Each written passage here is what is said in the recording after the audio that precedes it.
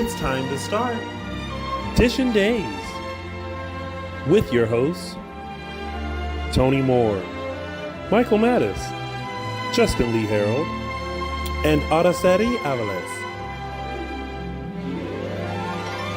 And now, let's dish. Why, hello, everybody. Happy Sunday. Welcome to Dishin Days, where we are serving up a full dish of this week's episodes of Peacock's exclusive #1 award-winning hit soap opera, Days of Our Lives. If you haven't already, make sure you like us and follow us on all social media platforms. We are Dishin Days Show on Facebook and Dishin Days on Instagram, Twitter, X, and Threads.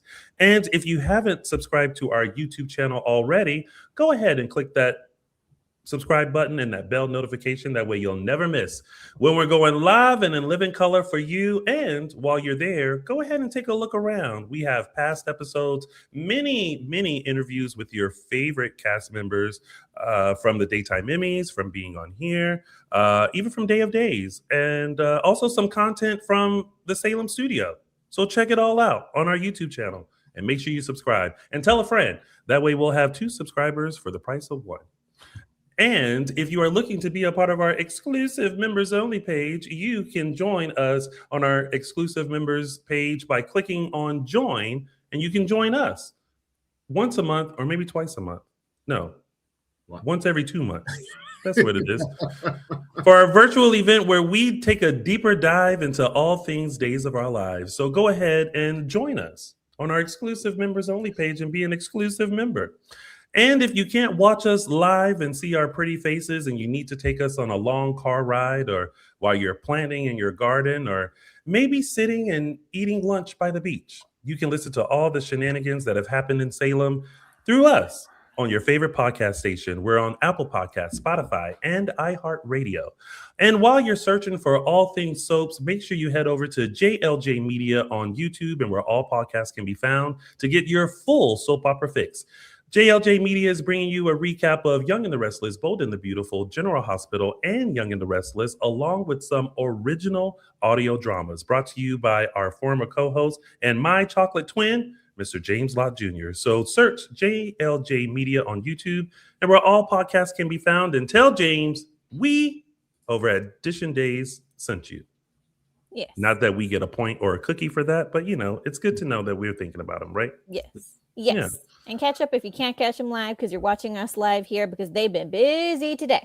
They have been busy today. When I tell you it's like they have a whole soap block back to back. And then we come in and do our one show and go home. Well, not go home because we're already home. Love that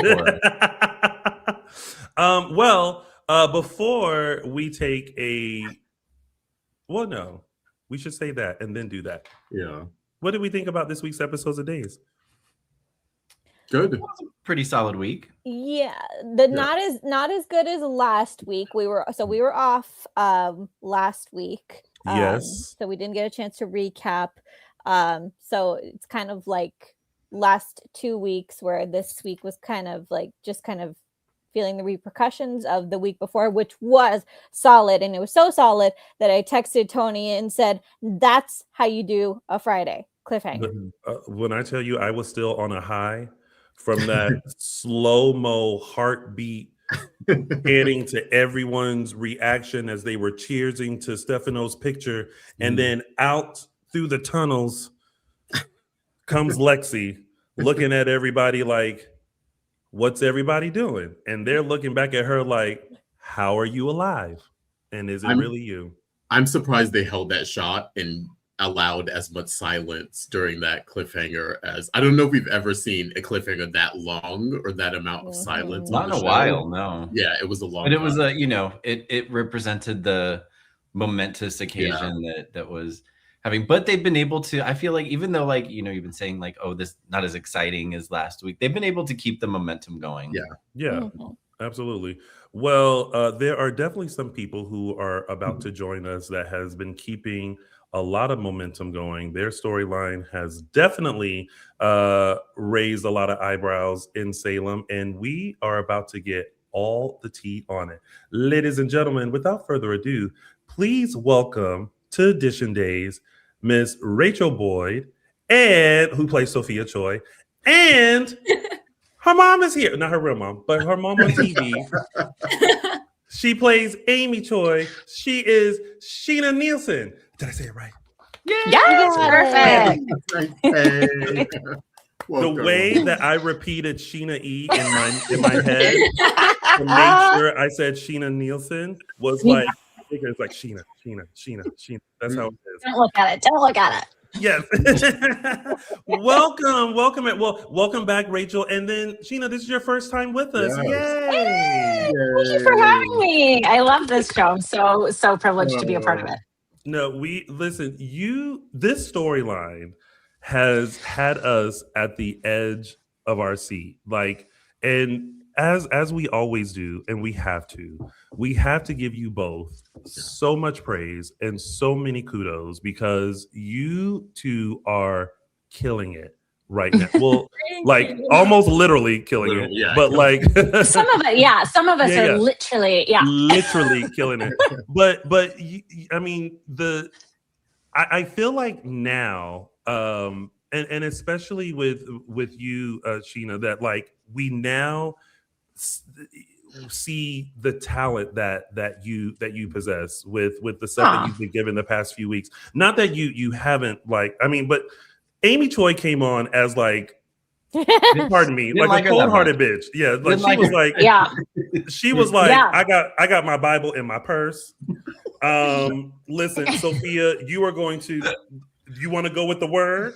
So right. The word says here, this is what you're going to do. So we were kind of like, but now with everything that has been happening, I mean, we're like, this is the material that we should have gotten so long ago because you I mean, just killing it. So bravo. Yeah.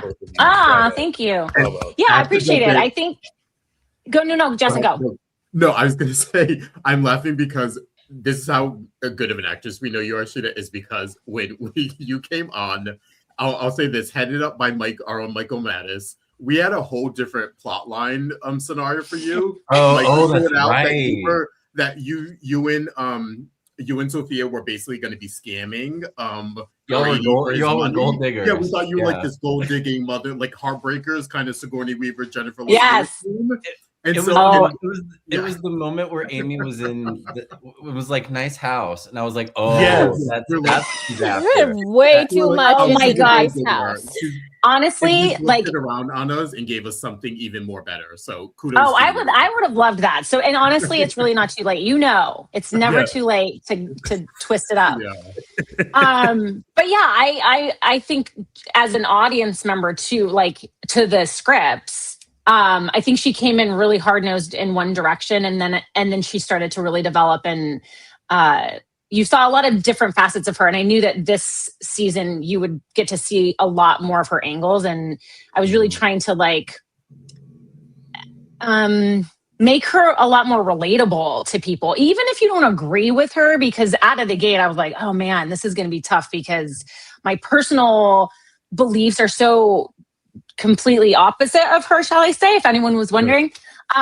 So I was like, man, this is going to be a tough one. But there's a lot of things that I do think she's relatable on, whether or not that's your exact belief system or not. I think you go like, look, she's the mother, she's in distress. Like, we can all understand she wants the best for her kid. And sometimes it gets a little hard and heavy handed, but she does her best.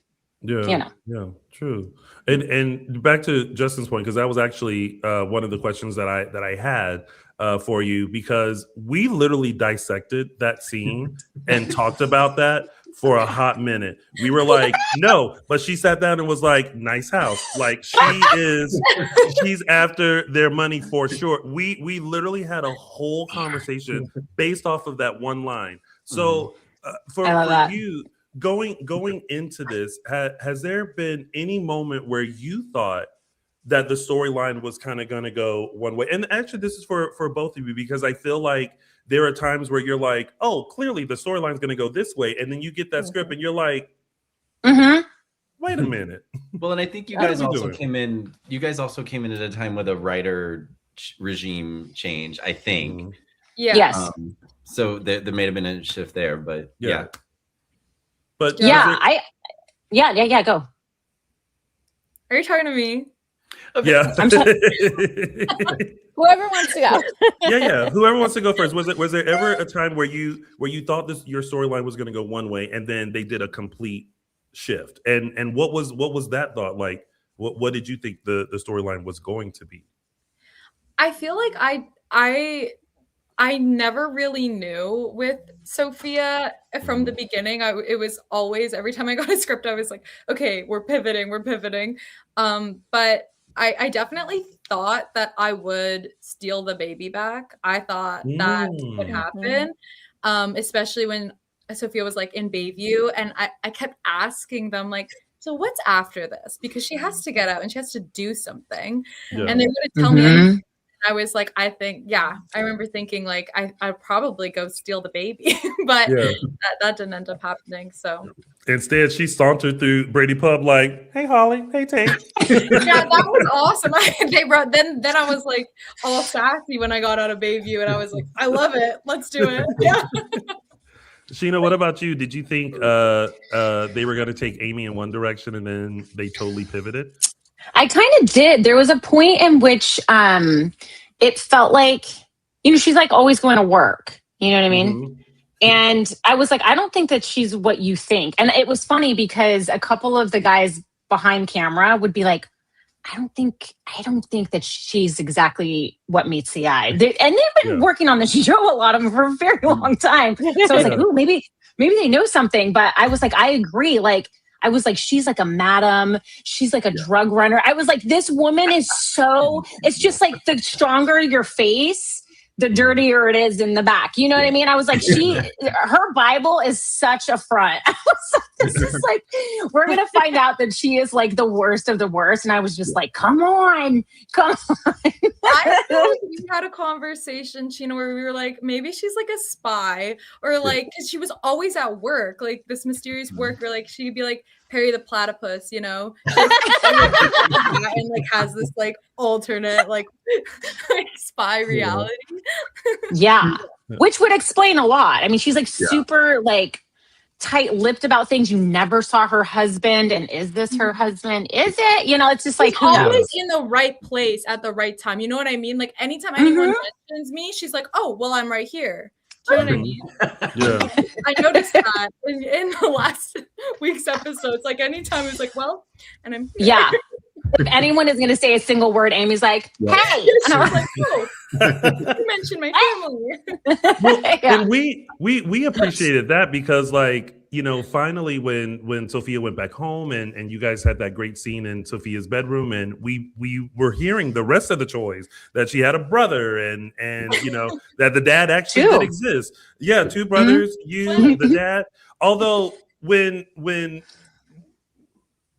there was a moment where Amy was in the police station and it was like, well, where's Mr. Choi? Oh, he's on a business trip. I literally went, a business trip? Wow. The daughter has committed suicide and like you're on a bit, like, did you not think to be like, hello, we need to turn this plane around. I need to get back to Salem ASAP. Literally. Like, yeah, but I'm totally. glad they brought him on. I'm glad they finally brought on Mr. Choi this weekend. And how was that? Well, because Rachel, you on screen, you have not, obviously, you haven't seen your dad because you're a hallucination. But like in passing, did you meet Stephen, who plays Mr. Choi, or at all, or? No, I didn't. Oh no, you didn't meet your daddy? No, I didn't meet my daddy. And I saw the picture that Days posted on their Instagram of the two of you guys when you were filming those scenes. And he and I hadn't crossed paths yet, but I was like, oh my God, I got good looking parents. Like, I did. I like, if Amy Choi were a real person, I would be like, way to go. Yeah. Way to lock that down. He really did well. I was thinking the same thing. No, she couldn't have met him because she was gone, tossed away by this point. Yeah. She was out. She was crushed with a rock. Yes. Sheena, when you started working with Stephen, who plays Jason, did you have to give him like a crash course on all things the Choi family, or did you have to be like, okay, this is what's going on to I guess enhance the scene or give it? Honestly, It's a good question. And no, I totally didn't help him at all. Oh. And like, I remember him specifically, like after the first scene together, he turned to me and he was like, whoa. Like he was just like, this was, it was like, he literally was thrown into the deep end and was just like, you know, Amy Choi's already lost her mind, long lost her mind, and is in full panic, you know, and he's just sitting there like coming in like, okay, cool, first day, you know what I mean? My lines, I'm ready to rock. Do their And he was job. like, holy cow, this was, He really came in at a 10. Like his first scene, and they're like, basically telling him that his daughter is presumed dead. I feel like it's only a soap opera, you know, where as an actor you come in and on day one it's like you're going to be working with people who have been working on this storyline for a long time, and you're going to get thrown in to the deep end with all the sharks, and you're like bleeding. So good luck. And Sheena, you had to be like you were saying, you went to a 10, like the screams, like only a mother can sound like that. Yeah. It's, you know, Rachel and I were just texting lightly right before this, and she was like, man, watching it back, it feels like you quickly become like your own audience member, like when you're watching the show back, because you're like very in it, and you're not watching it with the music, and you're not watching it in conjunction with all the other scenes. So then going back to watch it, it's like, whoa, like it is really like, oh my God, I feel so bad for these people. I, of course, feel very bad for Amy Choi. I'm like, everyone else is an asshole. Like, you know, how could they not understand her? But yeah, watching it back, I was like, whoa, and exactly what Rachel said. I think like there's no on-ramp in a soap. Like you're on, and it is like, you got to jump onto a moving train. Like there's no, like, we're going to slow down for you. And he was awesome. He was like such a good, like grounding energy. I think he was like a really good match for Amy, because you can't have two bowls. Like it just would have been too much. Yeah. And soaps tend to do that, because when Sophia was standing there on that bridge preparing to make it look like she had committed suicide, we were all blindsided when Kristen all of a sudden took a rock and just knocked her out. And then I clutched my pearls when the goons picked her up. It was just like, whoosh. And I was like, what just happened? Yeah. So the storyline itself, even leading up to that point, took such an interesting turn, because then we had the insert of Kristen and Sophia coming up with this plan to kill Johnny. So Rachel, for you, how was it to be thrust into that story? Wait, literally. Before you answer that question, though, I think someone else should come in and help you answer that. So, ladies and gentlemen, welcome Stacy Haiduk. Stacy, what? Surprise! I'm so excited. I feel like I'm like a big fan. I'm such a big fan. Wait, Stacy, can we hear you? Wait, Stacy, talk real quick. Oh, wait, are you muted? Yeah. Unmute. Yeah, there you go. And oh, wait. It's really low. Say it again. You unmute me? Oh, no, there you go. Yeah. Good. Oh, but stay close, though. It's Like here. Yes. Out of technology, it's ridiculous. So there we go. We can hear you loud and clear. okay, good. There you go. Surprise, everybody! Stacy's here. My camera right now. So how was it? How was it working together? Because I think this was one of those moments where we didn't see coming. No. Okay, yeah. I don't even think I saw it coming. I was sad when I had to do this. I was like, "Are you kidding me? I'm going to have to throw her off to the, you know." I mean, I know Rachel and I had a ball shooting it, but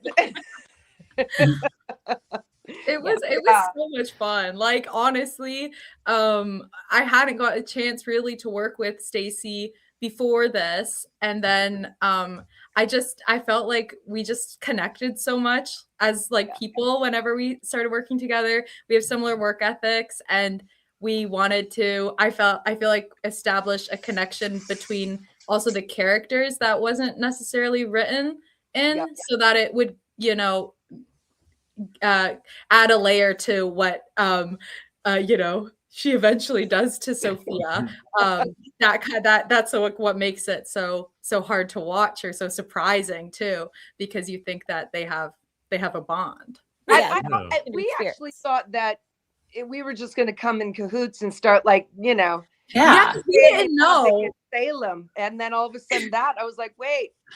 For a second, I thought I didn't know. I thought you were going to give me the money, and I was just gonna leave. Yeah, why couldn't Kristen just disappear her? She did. Yeah, I think it was shocking. Yeah, it was shocking for us because we talk a lot about Kristen on this show, specifically about like how far she really is gonna go. Like, is she really gonna go there? Is that the point that we're gonna cross? Like Kristen's line is not everybody else's line in the sand, and for her to cross that line, I was like, oh, okay. Yeah. We weren't very happy with it either, if we're being honest, you know. Well, because this started with, you know, them coming together and Kristen being like, you have to kill Johnny. And then, Rachel, you did the classic Sophia look of like which, like, the look of like, wait, you want me to do, huh? You want me to do what? So I love how that's like the classic Sophia look, but you know, I'd like to defend it in that, look at the material I'm given, okay? What would you guys, what face would you make if somebody said you have to go kill Personally, him? At that point, I would have been like, oh, okay, let me take this back and do, and I would buy a plane ticket and be like, I'm going to be anywhere else. I'm running away. I'm too much for me, too much. Unless I'm your mom, and then maybe right, it all makes sense. You know? Yeah. No, and I feel bad that, you know, I mean, you do, Stacy. Do you? I do. It's so funny Look having what you've done to me. I know. It's so funny having you through here. I gotta ask you, Rachel, what's it like now? Because now we're seeing, like, you're seeing the two ends of the spectrum, really. You have your mom, Amy, on one end, and then you have like Kristen on the other. What's the dynamic of each of these women? Yeah. Like me as Rachel looking at them right now, or like me and both as Sophia and Rachel. Well, I mean, for me right now, like, these are two incredibly like amazing, talented women that I saw as my role models on this set. And but I feel like we never did anything with the three of us. So right now, I'm literally just like, oh my God, it's like my favorite people are all in one space. And I didn't know Stacy was coming. I was already excited to be here with Sheena.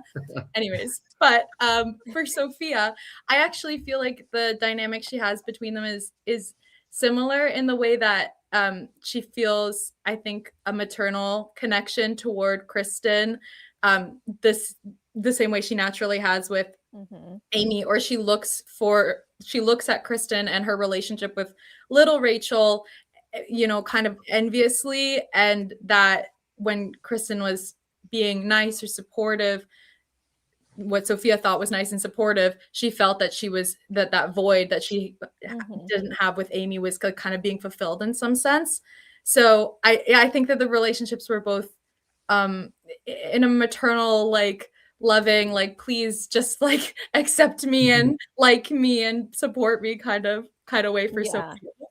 Because I think I feel like that's ultimately what Sophia was searching for, was just like love and validation. And I think in the midst of executing the storyline, the beautiful moment that Amy and Sophia had in the bedroom, when Amy was reminding her, like, you have your brothers, you have me, you know, we're a family, and we love you. And I think we saw in Sophia's face of like, oh wait, I am loved. But then it's like, you got Mama Kristen over here like, well, did you do it? Like, is it done? Angel devil. Did you, Angel devil. you know?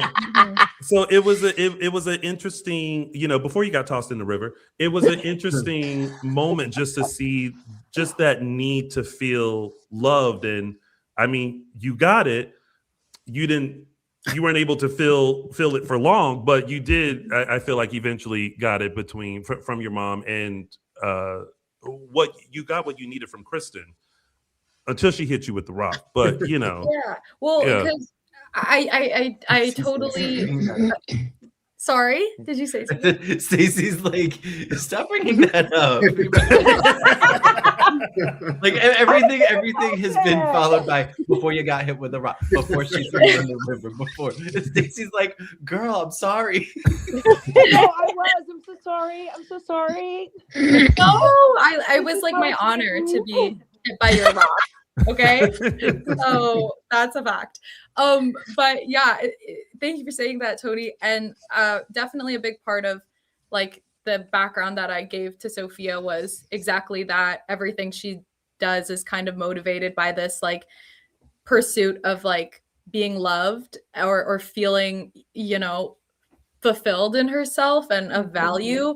And her problem is that she can't give that to herself, and that she's looking for it externally. So when she doesn't feel it from mom or the people around her or all of those comments online, that to her is she just feels that everything around her is a mirror, and it's just that she doesn't have this built up inside of herself to, you know, regulate. And I think the great dynamic with Kristen was that when we were doing this scene where she was giving me the gun and telling me, you know, what we had kind of worked together on was that Kristen would be, you know, approaching it from a place of like love and like, you will be accepted if you do this thing. You will get away from all of this, you know, noise around you that's making you feel small. You can, you know, you're going to be something great. You're going to move on. And that was exactly what Sophia needed to hear. So by the time that she was having that conversation with Amy, while maybe that would have stopped her or changed the trajectory of what she was going to do before, I think she had already invested in Kristen's perspective of things. But yeah, it was a great scene. It was written so well that I could have that push and pull, or like, will I, won't I, you know? Yeah. And Stacey, what did you enjoy? Because you know, whenever you have a chance to, I feel like, work with someone new on the show, it just brings like a different energy to it, to you, to the character, to the scene. What did you enjoy working with Rachel with these scenes until you ultimately hit her with a rock and tossed her in the? Okay, that was the writers wrote that. I came from absolute love, and also you have to understand she screwed with my daughter, so it was this. I mean, I loved working with Rachel. It's just the Sophia and Kristen character. I just think they could have went even further with it. Honestly, I think I could have, like, you know, taught her many things. But I mean, honestly, I was super excited. And I know Rachel and I we just had a ball and we bonded so fast. And I remember it was on that park bench. And I gotta be honest. And they were, and I don't know why they did it, but she started mimicking me. As an actress. You remember that? I remember. She would do everything I did. And while I was acting, and I was just like watching her going, oh my God. Kidding me. And they didn't let you, they kind of said, don't do all of that, which I was a little frustrated because I really loved your take coming into it in that moment. I think they kind of told you to pull back a little bit, but I loved it. I loved every little moment that when we played. I mean, there's moments in, I don't even know if they aired yet, or maybe they have. They must have. Careful, like when we were in the room and you had that teddy, was it a teddy bear? Yes, that has And aired. She just had it laying on the bed. And I just started, during the scene, grabbing the teddy bear and playing with her with it. And it was just these moments that Rachel, I mean, just such a gem to work with. You are really, really amazing. And it was just so much fun to get to have those little moments. And she accepted, like in acting, we all know, it's you give and somebody receives and then they give back. Sometimes we don't have the time on the show, but you were so prepared, so on it, and it was just amazing. I really, really had a ball, and I hope we get to do it again. Yeah. I want to take a moment to congratulate people who do behind the scenes work and took a lot of time to make Rachel's special effects makeup and the water and the blood, because it's sticky and it's icky, and if you're in it all day, it kind of sucks. So yeah, she loved it. Rachel, listen, I would give them big props because, well, first of all, I loved it. I was like, I put me in more blood, get me wetter. Like, I just want to have like I just love that. Like, I don't know why. But also good for them because they also made it very comfortable for me. Like, my hair and makeup girls, Karina and Marisa, like they're so like on it, and they were even like trying to like not put it in my eyes, and then no, get it in my eyes, like I want it in my mouth, like can we have one? It was like a similar thing. I know her poor eyes were so red sometimes because the blood would just drip into her eyes, and she'd be like, Karina would be like coming in with a napkin, like, leave it. I love it. They were amazing. They're great artists, and yeah, it was so great. They did such good work. I was like, don't touch it, let it happen. I love it. I think that's the most blood they ever allowed on that's what Noel said too. He was like, amazing. They never allow that much blood. Usually it's like a drop. Yeah. With water? Oh my gosh. Then you wouldn't stay in that carpet. I mean the whole scene when post River and Kristen is kind of like hallucinating that Sophia walks in. I mean, it was little things that you did, like the ringing of your hair, the water. Oh yeah, which for 2 seconds, and this is just me having my arms open to whatever the show is going to give us. I was like, oh, she survived. I was like, oh, now she is good. Like that. Now she's just coming in. But then now we see that she's Kristen is like hallucinating. I'm like, oh man, that would have been a great re-entrance of like she's still bloody and she's like, you think you got me, gal, but you didn't, you know.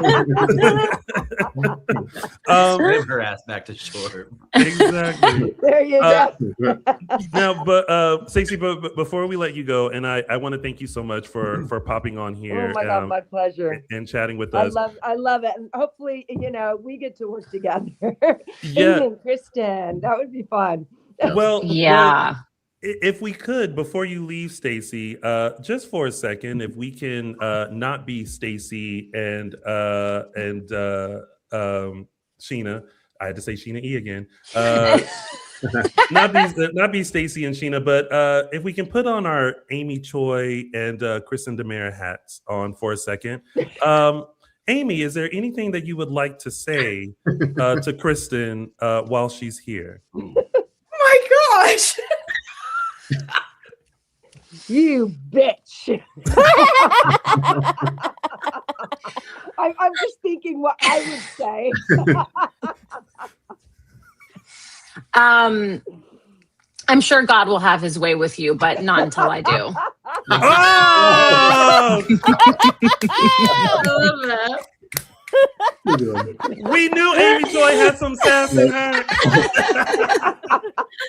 And Kristen would pull out a gun and shoot her. Kristen would just you know what? Join your daughter. And Stacey, what would Kristen's reply be to that? She would understand everything, but I'm sure she would probably find a way to, tell the story about her daughter and what Sophia did to her and try to grab sympathy from her. Yeah.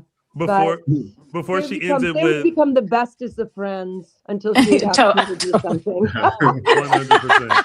It's either that or she'll find someone else in Salem and go, We're gonna kill Amy We gotta Choi. get rid of her. Yeah, Kristen's goons are on retainer. Oh my God. I didn't even realize I was going to have these two. And look how good looking they were. They were so good looking. They were, and I was like, for 2 seconds, I was like, now where'd these men come Yeah. from? Like Yeah. you just like were they like lurking in the bush to be like, okay, wait till she got it, and then all of a sudden it was like cut, and they were just like hoisting her up, and I was like, I know. I was like, where? I was like, it's not Rita and Hareld, but it's like two like fine men that are just like, well, toss me in the river too. Like, dude, that's what I wanted. Showed up. Yeah. Oh my gosh. It was fun. It was fun. So good. You guys definitely worked so well together, and we really wish that like, Kristen could have maybe taken Sophia up under her wings and just said, hey. Yeah. You're going to be an honorary Dimera, but you're about to do some stuff. Yeah. Yeah. But, wouldn't that be? But you never know what the future holds. There's still time. That's true. That's very true. Well, Stacy, thank you so much for popping in. Really appreciate you. So good to see all of you. Yes. Same. Maybe one of these days, Shani, we'll actually get to work. Yes. I hope so. I think we will. And I have to say, before she leaves, like we don't cross paths very much, but I see her, of course, in the hallways and in the makeup. And you're genuinely like maybe my favorite one on the show. I think you're so incredible. And like you having to do these two different roles, like every time you play the mother, I literally didn't know it was her the first time I saw her play EJ's mom. I was like, and Karina was like, oh no, that's Stacy. And I'm like, holy shit. Like she's so good, and her characters are so dynamic and they're so complex, and she has to like flip on a dime. It's pretty incredible. They're like the two coolest characters to me on the, I don't know. I live for those two. I think they're the best, and you're incredible. Stacy's a master of the dual roles because she's done it on YNR, then she comes to Days and does it. Yes. It's crazy, right? I know my husband and I were just having a conversation. He says, why is it that you play these dual roles? It's like you're one person and then you're this other person, and you transform into them. I go, I don't even know. It's probably you're my chameleon, right? Yeah, my dorkiness since I was a kid. Gina, if you really want to appreciate a great Susan moment, you have to see the clip of when she came back and she was talking about going to medium school and everything. And then you just see her in the back, just kind of sliding on furniture. That was like one of our gifts one year when yeah, I need to go back in time.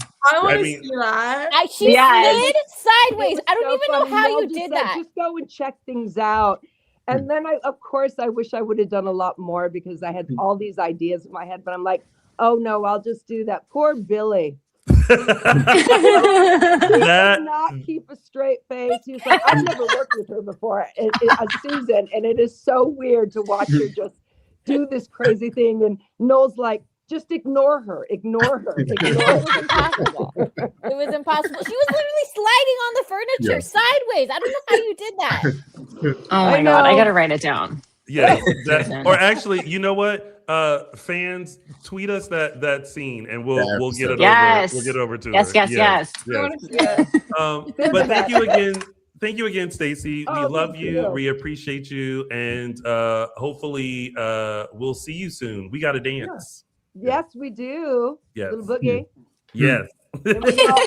all the girls can come and play now. I Yes. haven't seen the videos from her birthday party. Birthday party. Oh yes. Oh yes. There's a lot of that. Oh yeah. All right. Well, I love you all so much. Thank you so much for having me on. Love absolutely. Each and every one of you. Thank you. Bye, Stacy. Bye. Uh-oh. See, you never know what's going to happen on this show. Love that. Cool with threw me for a. You're murderer. PTSD. I'm like the happiest person to see their murderer. So now back to Amy and Sophia. How did you all establish the mother-daughter connection that needed to happen between you two? Because, you know, again, coming on, like, soaps happen so quickly, so you have to kind of dive in. Was there anything that you all did to really kind of have some connection, or was it just on set and you're like, all right, here we go? You know, did you guys do anything to connect beforehand? Rachel, I don't even know if she remembers, but she actually came to my dressing room before I even knew exactly what was happening. And she knocked and she was just recast. No, no, I had no for Madeline to come to the door or whatever. I had no idea. This young lady comes through the door and she's like, "Hi, I'm Rachel. I'm Sophia." And in my mind, I was like, she doesn't know what she's talking about, but that's okay. She's you know what I mean? She'll figure it out. It's Sophia's my daughter. I don't know who that person is. But in my brain, I really was like, I feel like she didn't say that right. But anyway. And then when she said that, I was like, oh. I actually remember like that conversation and like walking away from it like, fuck, was I like weird? I think I was getting like weird or something, because like I felt that you were kind of confused, and I walked away being like, that was kind of awkward. Nice. That was weird. No. I like admire actors that can, you know, it's like she was saying, it's hard to come into a show and I've been on it a blip in relation to like everybody else, but I had been on it longer than her. So I think it's hard to come in and be like the new kid at school and be like, "Hi, my name's so-and-so and I'm la la la." And so I like really admire that about other actors that can just kind of like get into the flow and make themselves a part of it quickly and seamlessly. And I felt like she did that. And honestly, I feel like Rachel and I bonded like immediately, but really in the characters and on set, you know, I mean, she's a delightful human anyways, which doesn't hurt. And she's such a good actress and so prepared. Such a lucky person to get to work opposite, because she makes some difficult things much easier. You know, if you're working with somebody who's that full of their own emotion and what's going on in the scene and takes it very seriously, it's way easier to do some of the difficult stuff we really have to do. So I'm super lucky that I get to work with her, because not everybody's like that. You know what I mean? Some people can turn it on and off like a faucet, and that's great for them, but we're not all like that. So I need to, you know what I mean? Like I kind of got to like stay in it for longer. So it's awesome for me to get to work with somebody who's kind of the same way. Yeah, I've loved working with Sheena as well, and I so appreciate you are so open and so giving as well, that I just think, you know, chemistry is a real thing, and it is one of those things that makes everyone's job easier. And I felt that we connected. I have genuine love for you. So when we're in those scenes, you know, especially the last like bedroom scenes where we were saying goodbye, it felt like it was just automatically so full of all the love. And when you fill up with all of that, and then you're like, okay, we're saying goodbye, you know, it all just, everything else comes. So I'm just so grateful to work with someone that's so nice and so easy to love. Yeah, I know, and she does look like she'd be mine, doesn't she? Yeah, no, it's great casting, and even when you put Steven in the mix, it's like we see it. We see it. Now, of course, my question is, what the brothers look like? Like, are they older? Do they? No, we met one. They're They're younger. Remember, we met one the Halloween episode, because their brother is with Thomas and Rachel, goes to school with them. Remember, Jeremy. I didn't even know this. I don't think, did we meet them, or was it just mentioned? We met one of them. Oh, okay, yeah. Oh, yeah. See, Justin. He needs to be on a game show that is just about. Because the way I will forget storyline. Like we'll be here talking, and they'll be like, "Oh, they said that last week," and I'm like, "When? Did I miss it? I must have."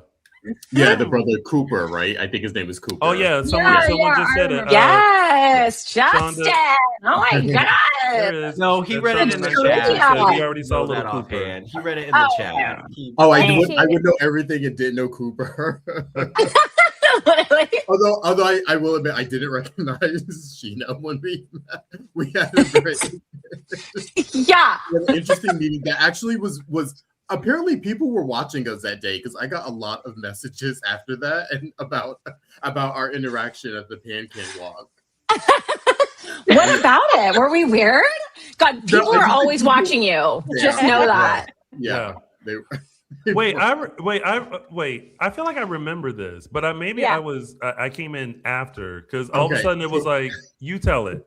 So So here's the thing. I will keep certain names out of this, but I had it on good authority that Sheena was coming to Days of Our Lives, and I was told or alluded to that she was going to be working with a particular person. Because of that information, when Sheena actually came on the show, I didn't recognize her, and two, didn't put two and two together that it was her because I thought she was going to be working with someone else. And literally, it was a Pan Can Walk. Right before that, I had made a mental note to contact this person who I got the information from. And I'll say this, the person does not work for Days of Our Lives. I'll put it that way. Yeah. So I made a mental note to be like, where the hell is she? You said she was coming on. I've been waiting for her. I thought she would have showed up by now. Like, are you playing with me? Like, I just made a mental note to contact this person to be like, where is she? And so we're sitting there, and then Sheena, all of a sudden I hear Justin, and I turn around, and it was you, and you were like so warm and bubbly, and I was like, oh, hey girl. Who is this? I knew it was you, but I was just like, oh, she's really excited to meet us. Like, fans are the worst. Oh my gosh. And then she's like, don't you remember me? And I was like, that's like my nightmare. Don't you remember me? It's like, and then we got to talk. We have actually worked together, and when she said it, it clicked to me. When she came on, even though I didn't recognize her as the person I was waiting to see, I was like, I know this girl from before. I know. I never forget a face. I know. I wasn't making the connection because she wasn't playing the person I thought she was gonna play, and so that had this very interesting, funny interaction where we reunited at the Pan Can Walk last year. Who did you think I was gonna play? I'm trying to like go back in my brain and be like, what was happening at that time? Yeah, I was told you were going to be working with a particular person, and then that person was getting a new job, and so I was like, oh, she's going to come on with this person's new job, and blah blah right. blah, and yeah. So and then you had already been on the show for like a few months. Oh my gosh, Justin! And it was just funny because I literally was like, I need to make a mental note to contact this person and be like, what the hell? You lied. Said she was going to be on the show. I haven't seen her. When is she premiering? Yeah. Justin, I had no idea that you were so stressed out during the Pan Can Walk, and me thinking the most stressful thing that happened in the day was that the heavens opened up on us. Oh yeah, that was wild. The year that it rained. Yeah. But no, it was a nice reunion. Good to see you again. Yes. So I mean, look, everybody in the world, whether it's Hollywood or otherwise, this world is very, very small. Be cool to people because you will see them again. That's very true. And Justin was amazing and lovely, so it worked out. Thank you. Yes, I walked up on the tail end of that. Freak I usually am at work. Very detail oriented either way. Thank you. I'll go with that. I totally understand. We do have a fan waiting in the wings. She's one of our favorites. We love Annette. Annette's gonna come on and ask you all a question face to face. Here she is. Annette, how are you? I'm good. How are you guys? Can you hear me? Yes, we can hear you. Okay. Annette is so fun. Like, you want to talk about someone who can give like good shade but doesn't realize she's giving shade? Oh no, I realize it. Oh! And that is how you know you give good shade. What's your question, Annette? Well, I have a question for each of you. First, for Rachel, you have brought so much depth to Sophia on the show, and especially when she wasn't speaking. And I think everybody here, you may have answered this question last time you were on, but everybody here wants to know, how do you manage that single tear? because that added so much depth to her when she couldn't speak. Oh, we talk about it a lot. We deem it the Lisa Renati because the Lisa Renatier because Lisa Renna did that famously on Real Housewives of Beverly Hills. That one little is single this true? Because my best friend Sam is gonna die that you guys say that this is I have a Lisa Renatier. He loves her. Absolutely. Like if you go back. Lisa Rinna cries during a reunion. She turns and there's just one tear that comes down. And so when we saw that, I was like, oh, the Lisa Rinna tear. We got it. Wow. We might have dedicated 10 full minutes just to that tear. Oh my gosh. Okay, I have to go back. Because you've done it multiple times. It wasn't that one scene was impact because you were mute and you couldn't speak. But then like I think just recently too, there was a moment. I think with you too, Sheena, that you just did, and it was always down this side, always down this side. It's like camera side. Yeah, exactly. This one. Well, thank you, Annette, for saying that. I really appreciate it, and it always means so much to me to hear from the people who are watching the show that they're noticing things that to me I'm like I don't know like if that worked or not. But so with that specific moment that you're referencing when I was like catatonic in the bed, I coach with my acting coach James over Zoom. He lives in Australia on every single episode. And when we were working through that episode, we were trying to figure out a way. I was like, okay, if the character is going to have to be completely still, how can I show, what is like going on inside of her? And obviously we end up finding out that she actually, had more ability than she was showcasing. So it made sense. And he was just like, okay, and basically another fun fact about me is I've never lost a staring contest before in my life. So he knows about me. We work together a lot, and he was like, we had decided already in Sophia's catatonic, I never blink. And then he was like, I wonder, can you cry without blinking? And I was like, let's try it. And he was like, just listen to the words and see what happens. And we were like this on Zoom, and he's just reading it to me. And like all of a sudden, I think that was like the first time I ever realized I could do it. Yeah. Single tear. And then, on set that day, again, it's about listening, and Sheena was my scene partner in that. And she was just giving it so much. And that again, I just had to listen and stay completely still and not blink because I'm good at that.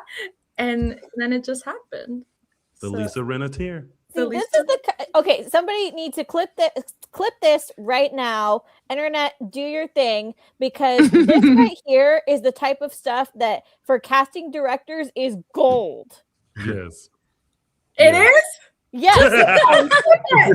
Yes. Love that. Annette, what's your second question? Okay, so for Shanae, I am very impressed with your acting range. Like we talked about at the beginning of the show, how you came on bringing Amy as an uptight, cold person, and now she is a mother struggling with the loss of her daughter from a parent suicide. To date, what has been the most difficult scene for you to do? Oof, man. They feel all hard.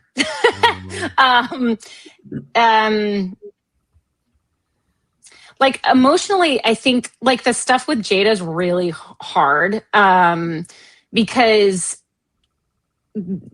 she's like she's a police officer, so she's really clinical. And I think that like Amy's not, I don't think in her natural state, a super emotional person necessarily. That's not like her mode of operation. So I think it's hard for Amy to be that outward with her emotions, but there's really, once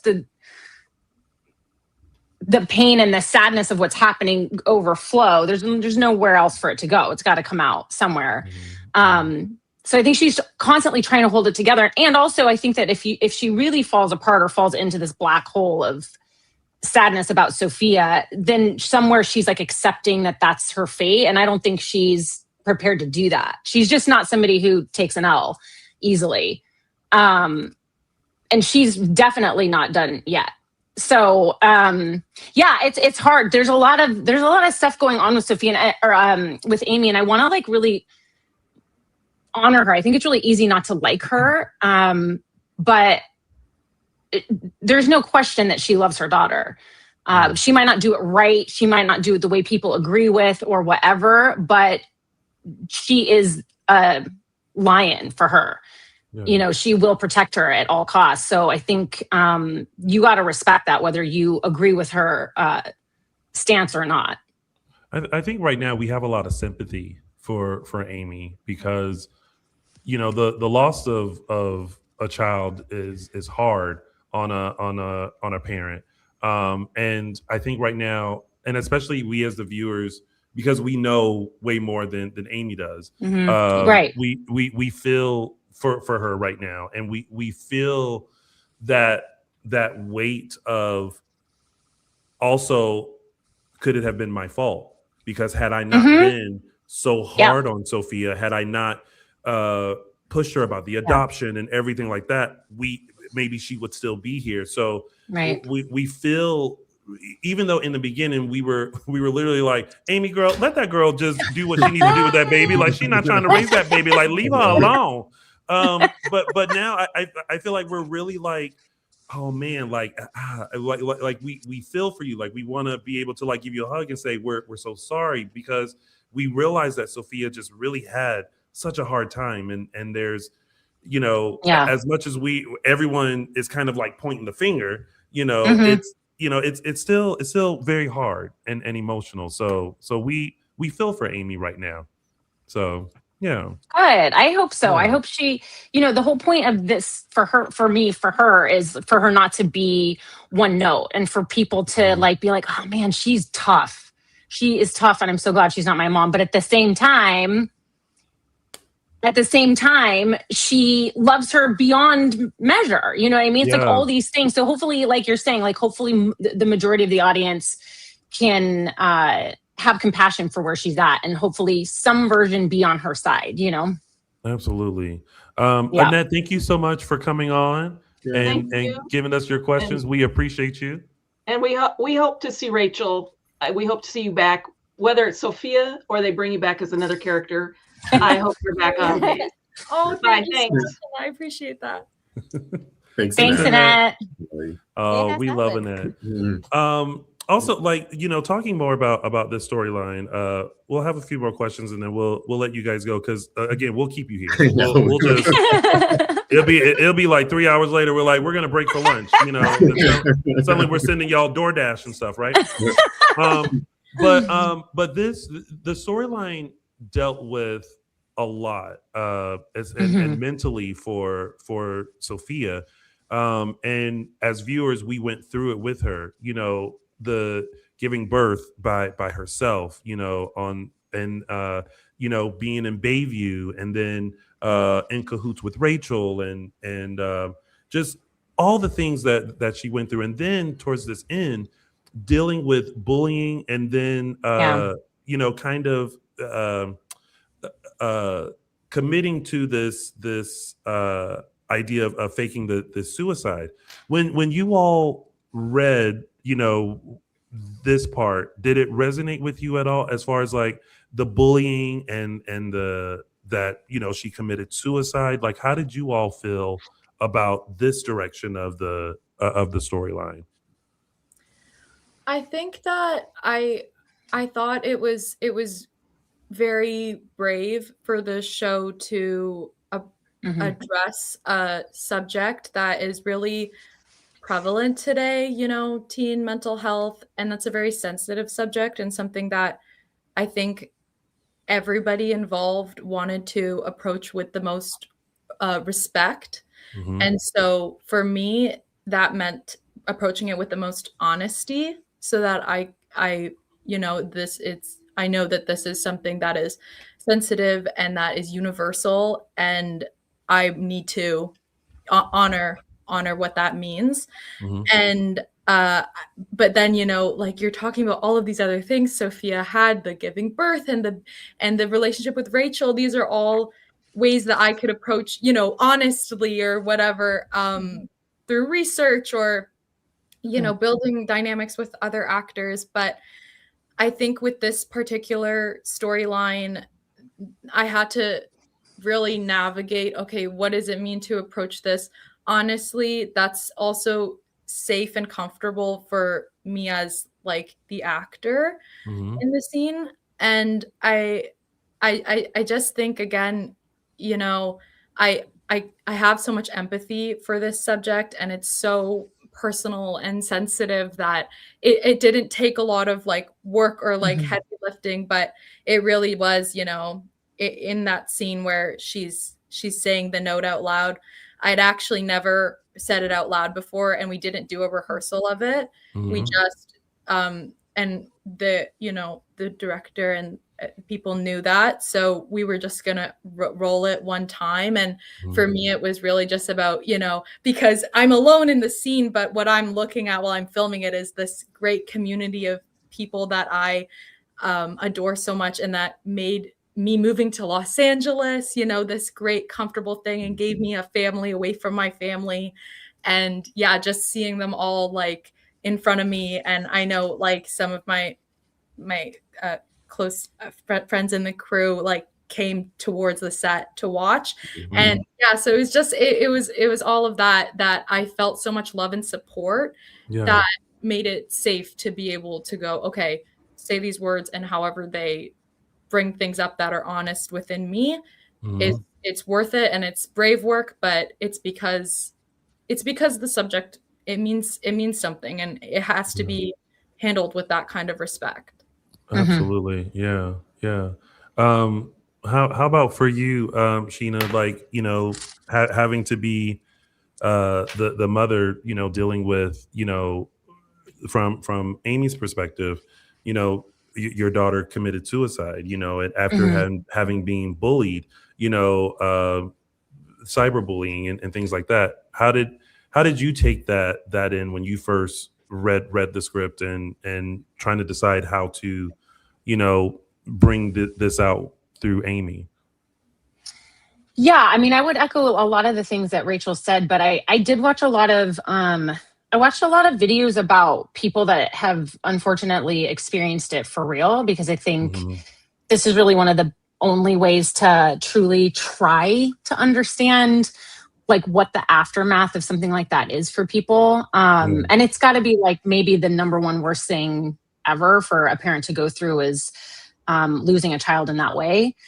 Because the survivor's guilt, and like you were saying earlier, like there's no possible way, no matter how perfect a parent you are, that there's not some version where you're starting to think about like, what did I miss, or what did I do, or what didn't I do, or, all of the things.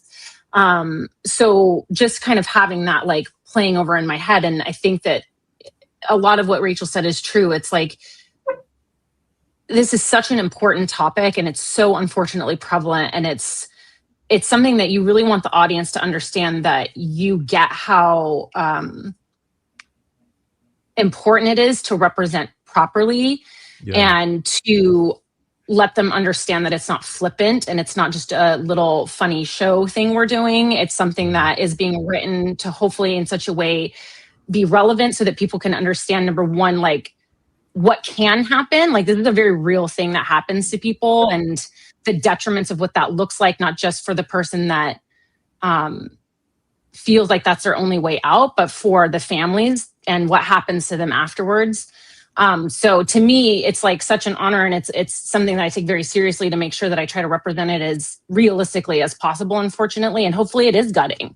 Hopefully it is something that people watch and go like, let me think a little bit longer before I say some BS online, or before I flippantly make a remark about somebody. You know what I mean? It's the same thing that we can say all the time about like, you never know what other people are going through, but that's not a flippant thing. It's true. They could be going through a million things.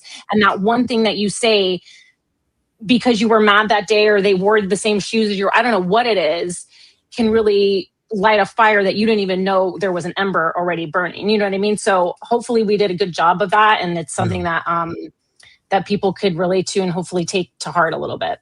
Yeah, And I think we all can agree that you both have done such an amazing job with this. I mean, you know, hearing the letter out loud and having experienced what we've seen Sophia go through, and seeing the picture of Trey, you know, and you know, it's all it was all very emotional and very hard, and also one of those moments where we're like, no, don't let Sophia go out like that. Like, you know, let her be evil. Let her torture people in Salem. Let her continue her vendetta against Holly and Tate. You know, just but not let's not let her, you know, go out like this. Well, she didn't, because again, Kristen hit her over the head with a rock and then had the two goons tossed in the river. But you know, but you both have taken this and done it so well, you know, and I feel also for anyone who has to deal with the wrath of Amy Choi, because Yes. she is going through Salem with her purse and being like, I'm telling off everybody. With the purse. Yeah. Yeah. Yeah. And especially Holly. Yeah. I feel like she really wants to say, but because she's a Christian woman, she won't. But I feel like she wants to look at Holly and be like, you little bitch. Like, you sat here and did all this, like it's your fault. Along with you, Ari. And like she probably 100%. She wants to do the middle finger, some hand gestures, and all that kind of stuff to them every time she runs into them. That's what the bag is hiding. It's just hiding. It's a constant. It's just under the bag. My little finger under the bag. I have a feeling we have not seen the last of her wrath. It's not going to be cute. I mean, if everyone thought I was like tough on my kid and I want the best for her and love her, imagine if I don't love you. And imagine if I have a vendetta. And imagine if, you know what I mean? Just imagine. Maybe you won't have to imagine. Maybe you'll see. Listen, I'm here for it. Just to get a little lighter. Sheena, is this a character on the show that you would like to either be paired up with? Maybe not romantically, but just thinking like, oh, I wish Amy and her were friends, or I wish it was revealed I had a backstory with this person. Who would that be? Kristen. Okay. Okay. So you and Kristen have some sort of past together. Okay. Yeah. I mean, I don't, who knows now or whatever, but I said, I was not blowing smoke. I think she's like so awesome. I think her character is awesome. And I've loved everybody I've gotten a chance to work with, but if there was an opportunity to have a storyline with someone, I think it would be her, because I think the two kind of powerful energies, but sort of different types of energies together would just be like an atom bomb of like, who knows what. Maybe Amy tried her hand at being a nun and she was in the convent with Lonnie and Kristen years ago. That's it. You never know. I don't know how they would write that in, that you have, you know, a teenage daughter and you're married to a man and all that, but or maybe she was just been written before. So or maybe Amy was just a member of the church, and Lonnie and Kristen were doing some nunly work there, and they all volunteered with each other with Hands Across the World Food Hunger Association and organization, and that's how they know each other. Well, it feels like you guys have basically written it. I mean, listen, we have written a lot there. We've written a lot on every week. We write something every week.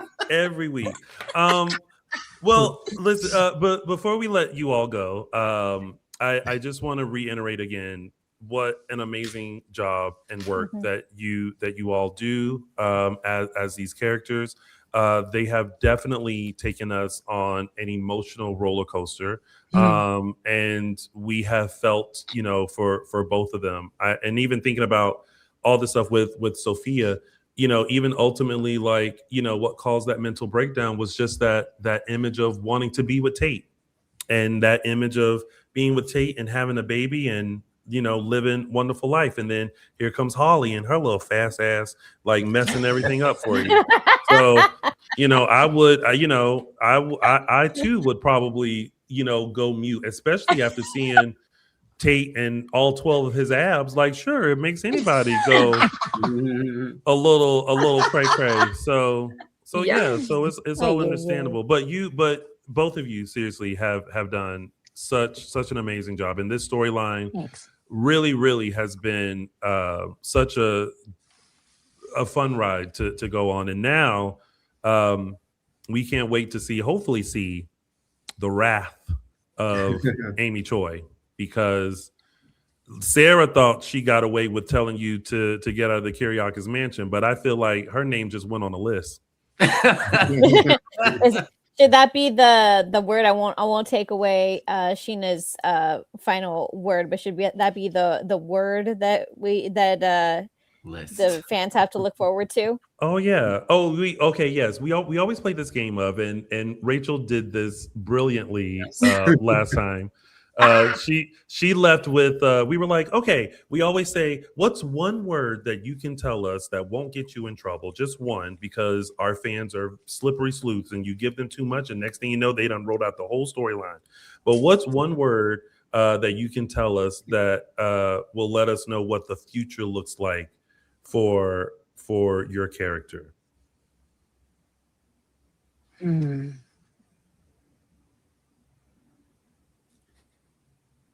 One word, boy.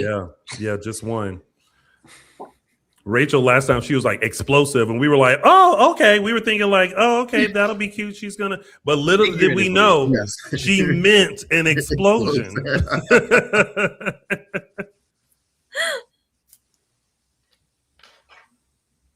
I think it's probably like Judgment Day. It's not just one. Ooh, Judgment Day.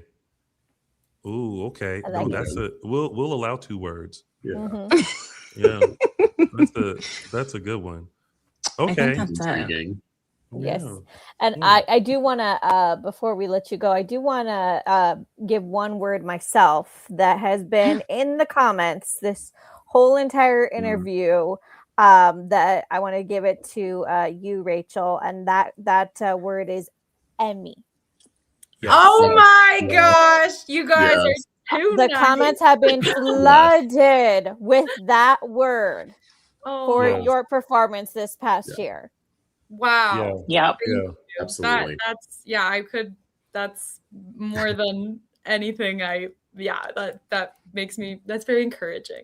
Well, listen, you better get on it, girl. You better get that reel together and let people see the stuff that, I mean, we saw it. And listen, if you ever need help, ask the fans. Be like, what scenes y'all think? And they will give you a rundown. The number, the time. That's a good idea. Yeah, 100%. Yeah.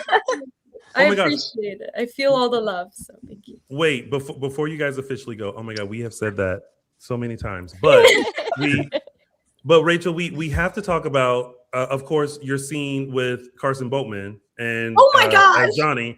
And like, I mean, from the word go, it's like the mace and the tying up, and then she was like, you know what, baby, we're not about to shoot you. That's too easy.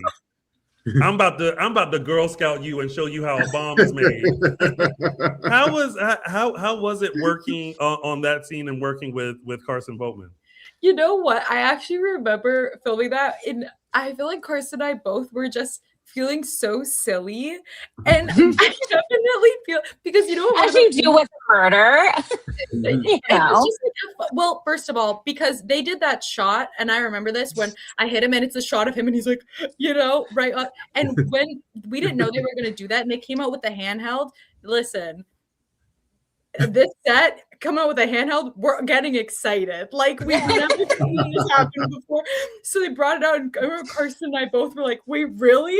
And then we were like filming it, and they played it back for us. And we were like, that's so sick. Like, it's so different from what we usually get to, how we usually get to film. Yeah. And then I feel like from there, it was so funny. And I remember, because I had to light that match in the scene, and that's all I had to do. But because of the safety rules, they had the freaking fire department there. Funny because like I had this like tiny little a little match and like 3 fully armed firefighters. So I think it came across in the scene how much fun and silliness was going on between the two of us. And Carson is amazing, of course. I love working with him, and he brings so mumuch on his end. And yeah, we had a lot of fun.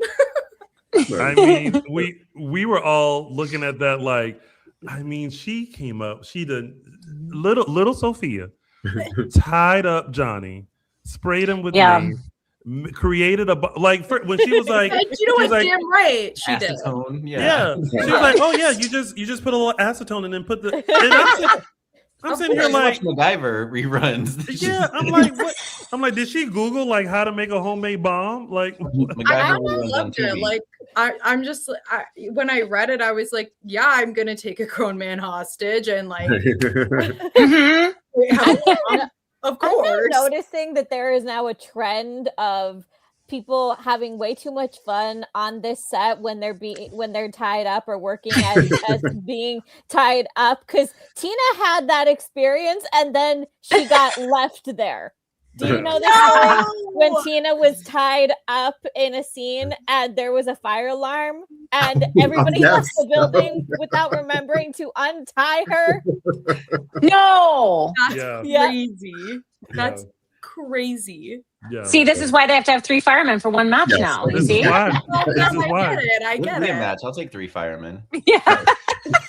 I'll take the goods that threw me in the river and the 3 firemen. I'm happy. Listen, Rachel, it sounds like you were having the time of your life. You had ants surrounding you the whole time. Listen, you should have said, forget Tate. Like, what y'all doing? Oh my goodness. Well, this has been amazing, and we definitely went way over time, but we thank you guys so much. Fun. We really appreciate you guys just taking the time, and we always love to bring people on just to talk about these moments and really share with y'all, you know, from a viewer's point of view, like what we're feeling and what we're going through. Because I know sometimes you're like, I did it, but like, what do people think? Like, does it make sense? And so we would like to let you know here from the folks here at Dishin Days, it all made sense. Yes. So thank you so much for what you guys do.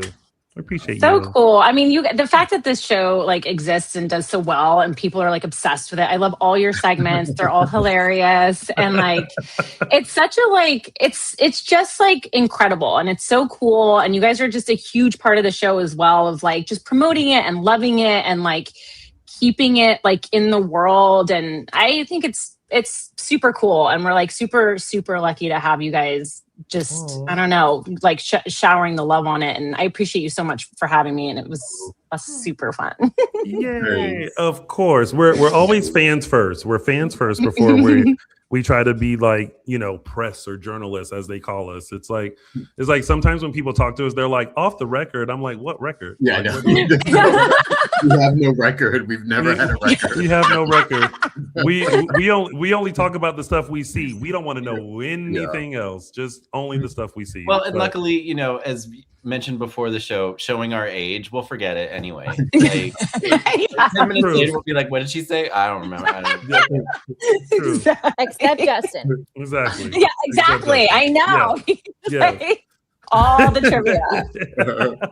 Well, thank you guys so much for coming on, and we wish you all the best, of course, and we just hope that you continue being in the ether of Salem and Days of Our Lives, no matter what that looks like. We just hope to keep seeing you guys on there. So thank you guys so much. Thank you guys. Us too. Thank you guys. Hopefully we see both of your names when the Emmys come out. Yes. So. Yes. That would be amazing. We want to see it. Fingers crossed. All right, everyone. Happy Sunday. Enjoy your day. Thanks, you guys. Bye. Thank you. Bye. Oh my gosh, that was so amazing. Yay. We did it, y'all. That was a good one. Always that was really good. when we have a good interview, because my cheeks I hurt. know. Well, it's like I'm exhausted already. I know. Yeah, And Rachel was everything. I thought she noticed Stacy's name come up in our thing, and I guess she hadn't, or maybe she did and didn't think of it. But then when Stacy popped up, that was. I think that was a legit surprise for her. Yeah, absolutely. No, that was great, and for Stacey to pop on, and I think it was just great to like have her on to talk about just working together, because I think it's something that we didn't see coming, And, it obviously is the end of one thing, but maybe the beginning of another. So we shall see. We shall see. Nice. All right. We'll officially start the show now. I guess we actually have to talk about the rest of the stuff. So y'all keep sticking around with us. We are going to go through this week's episodes of Days. It is now officially time to start Dishin Days. Yay. All right, we're going to start things off with our top storylines. And we can probably skip to 2. Yeah, right. We can. Well, there is one there are like a few parts of it that are not done. Let's go through it. Yeah. I mean, we had a wonderful conversation, but let's tip on some stuff and then we'll tip on to the next. So we're starting with the search for Sophia. Mm-hmm. Yeah, so we talked a lot about this just now with Sheena and Rachel and Stacy. And so we, as of now, do not know if Sophia is a hallucination, if Sophia is alive somewhere. What we do know is that they're calling off the search. They're calling it a recovery mission, not a rescue mission anymore. A lot of Sophia's friends are having a lot of mixed feelings about what is going on. Maybe all except Holly. And wow, that girl. I mean, you need to try to see it from her perspective. Does she need to be as aggro as she is about it? Probably not. However, Holly's feelings about Sophia are legitimate. Yeah. Yes, but they also could be it could be remnants of the medication. It's true. As well. That's making her a little, because when she was sitting there like stressed about her chem test, I was like, girl. She does seem very immediately reactive to, and just kind of a little bit like she needs to take it down. Yeah, and it's one of those things where it's like we understand why she's upset, but I think also there has to be a moment of empathy for Sophia, because she has gone through a lot, and unbeknownst to you all, I mean, they think she committed suicide. However, we know what actually happened. But there has to be a little bit of empathy there, and a little bit of. I mean, they're too young for this, but it's also kind of understanding of like, whether they want to accept it or not. The bullying is something that kind of tipped her even more. Like, you all know that she's struggling mentally. And so then, you decide to, because you're having a bad day, or, maybe you don't like her that day, you're putting that stuff out there. And so it's almost one of those things where you have to like understand the lashing out from Amy Choi, but also the understanding of like, listen, I understand that you are dealing with the loss of your daughter. Like, we're dealing with that in our own way, but also don't forget like what she did. But also, I don't need this and you don't either.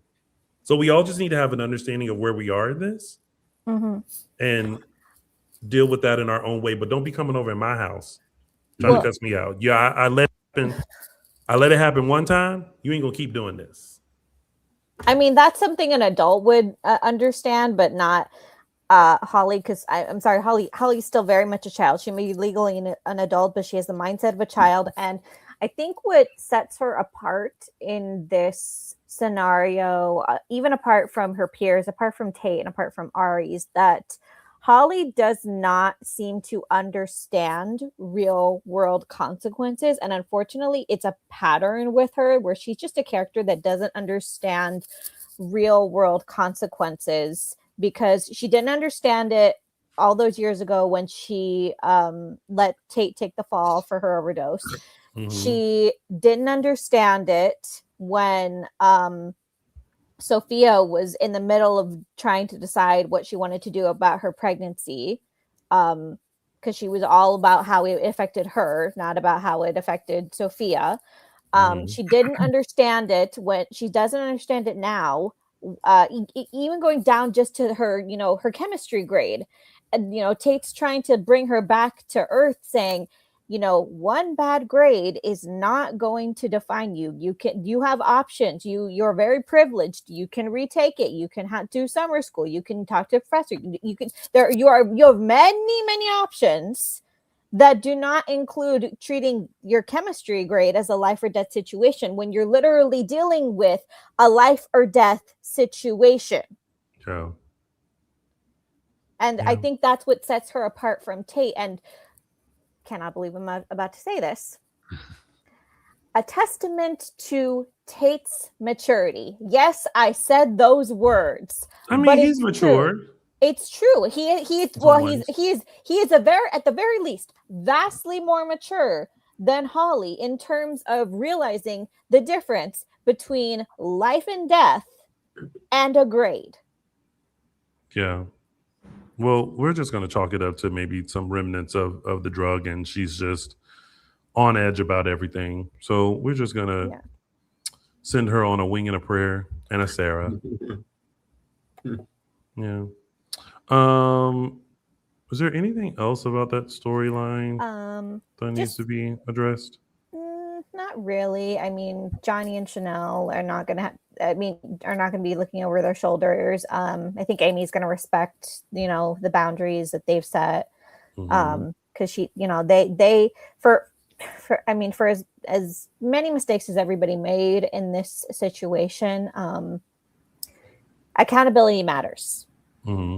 And Johnny continuously apologizing for going back on his word last year, even though it's a correlation, but it wasn't. He didn't cause Sophia to go off the rails. Many things go off the rails, but it seems like every person in this scenario is willing to take some accountability for the situation that we now find ourselves in, with the exception of Holly.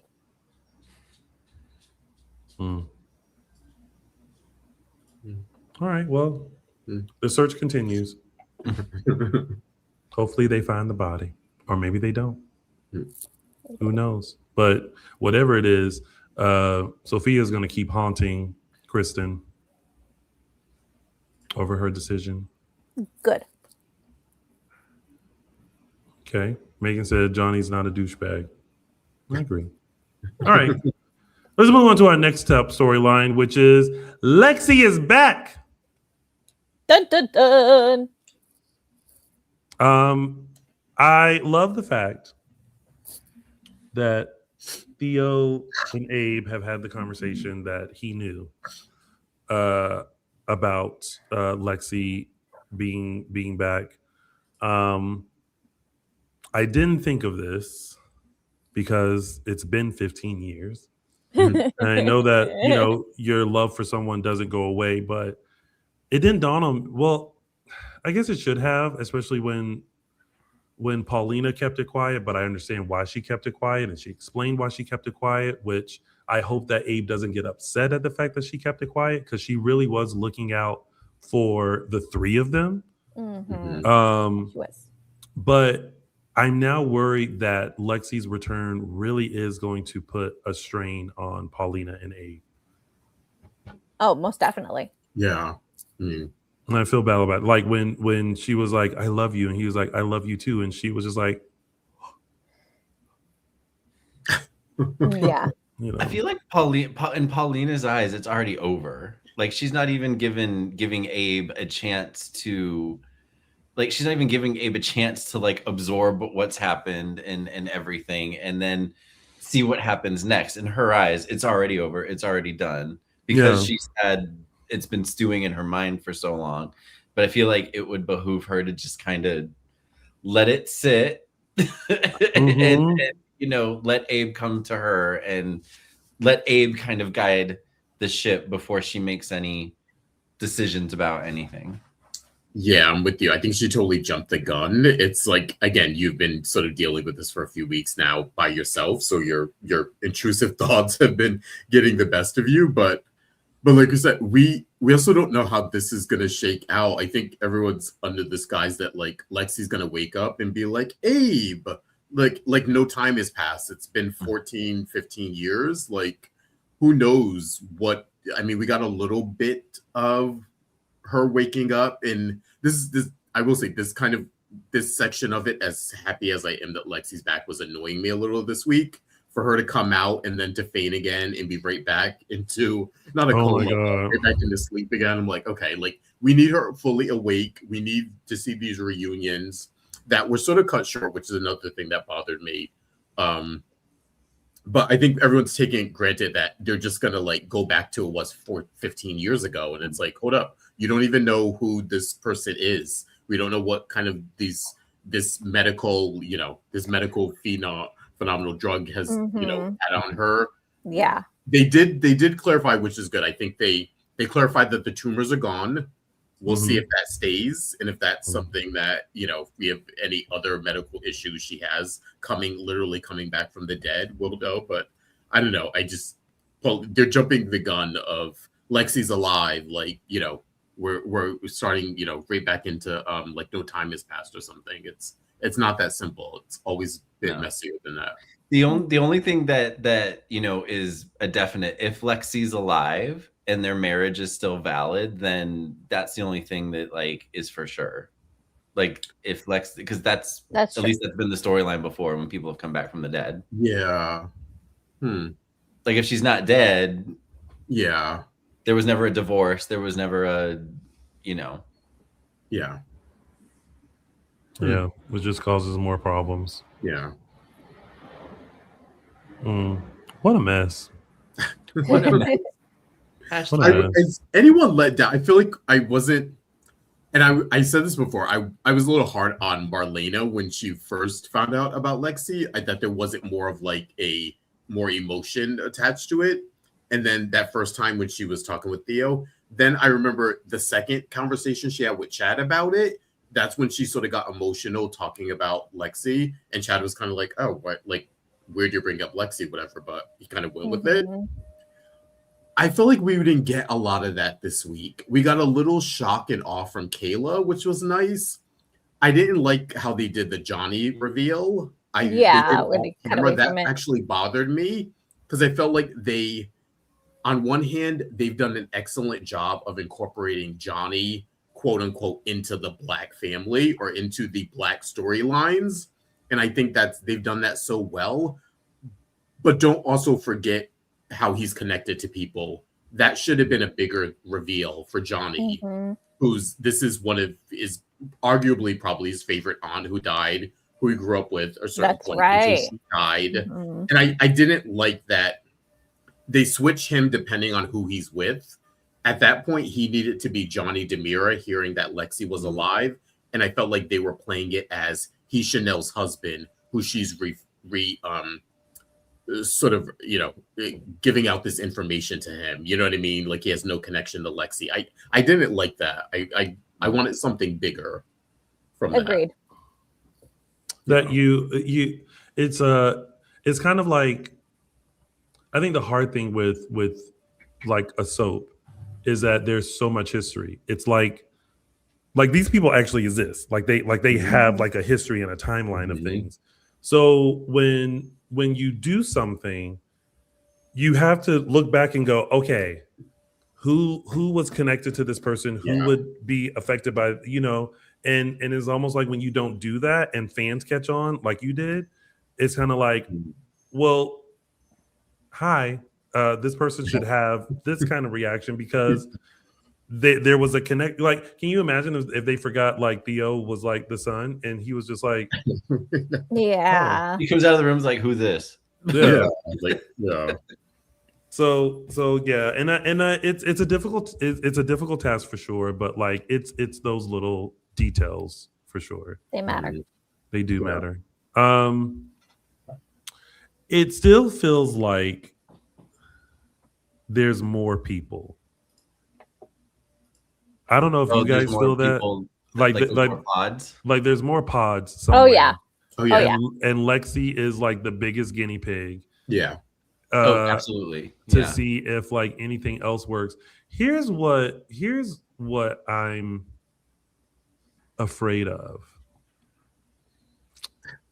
I kind of want Days to be like some of the other soaps, that when you make the decision to kill off a character, they're dead. Mhm. None of this like continuing to like come back and all this, because then I don't know. I don't know. It's just It kind of takes like when okay, so before, when a character, especially a main character, would die, it was a big freaking deal. Like you would get emotional about it. Days has set themselves up with the first way to bring people back, Dr. Rolf's serum or whatever. He could bring people back to life that way, as long as it was administered soon after the death or whatever. Now they have this pod thing. So now they have two methods. They've come up with two methods to bring dead people back. And there are caveats to it. It's not universal. Like apparently, according to EJ at least, but we all know he's a big fucking liar, that it wouldn't work on Abigail, for certain reasons. And Chad's, trying to accept that, whatnot. But so Days has kind of set them up to be like, okay, whenever someone passes away, it's not as monumental, or it's not going to be as impactful, because you now have two methods to bring them back. And the only method before was like, oh, they died and we never found the body. Like that was the trope. Never found a body, left the door open. And now, they can have a body, they can have a fucking bloody body, to brain tumors, etc. Nothing kills anybody. So it just makes those death moments that used to be impactful not impactful anymore. Yeah, because now when it's like someone's dead and then they do a shot of Rolf lurking around, we're like, well, see you in a couple of years. See you in a few years, honey. You'll be back. Don't get out of LA. I mean, I think we have to wait to see what the impact of Lexie's return is, because we've talked for months about what the emotional impact for her of her return to her family. There are larger consequences of this drug, and maybe that's the point. Maybe that's the point of us all, that there are larger consequences to what EJ has done. It's illegal. It's technically not. It's just never been done. They mentioned that a couple times, that morally it's morally gray, but is he technically doing anything illegal? No, because it's never been done before. And as he pointed out, you can't break a law that does not exist. And so, we're in a very, very, very murky area, morally and ethically. There are also larger consequences to the hospital at large, his relationships with the siblings, and keep in mind, in terms of EJ, he has now accomplished Stefano's lifelong goal. Let's pause and think about that for a second. Stefano was obsessed with two things: living forever and Marlena Evans. And he failed on both accounts. But he took steps. Did he? But he took steps. Did he? Let me continue. But he took steps to have his legacy continue with his family. And AJ took up that mantle and ran with it. And AJ has now accomplished Stefano's lifelong goal of being able to resurrect someone. That's a pretty big freaking deal for the Phoenix's son to literally have someone rise from the dead. That's why he around there wearing that ring. Yes. But he wearing it backwards because he don't know if it works. Yeah.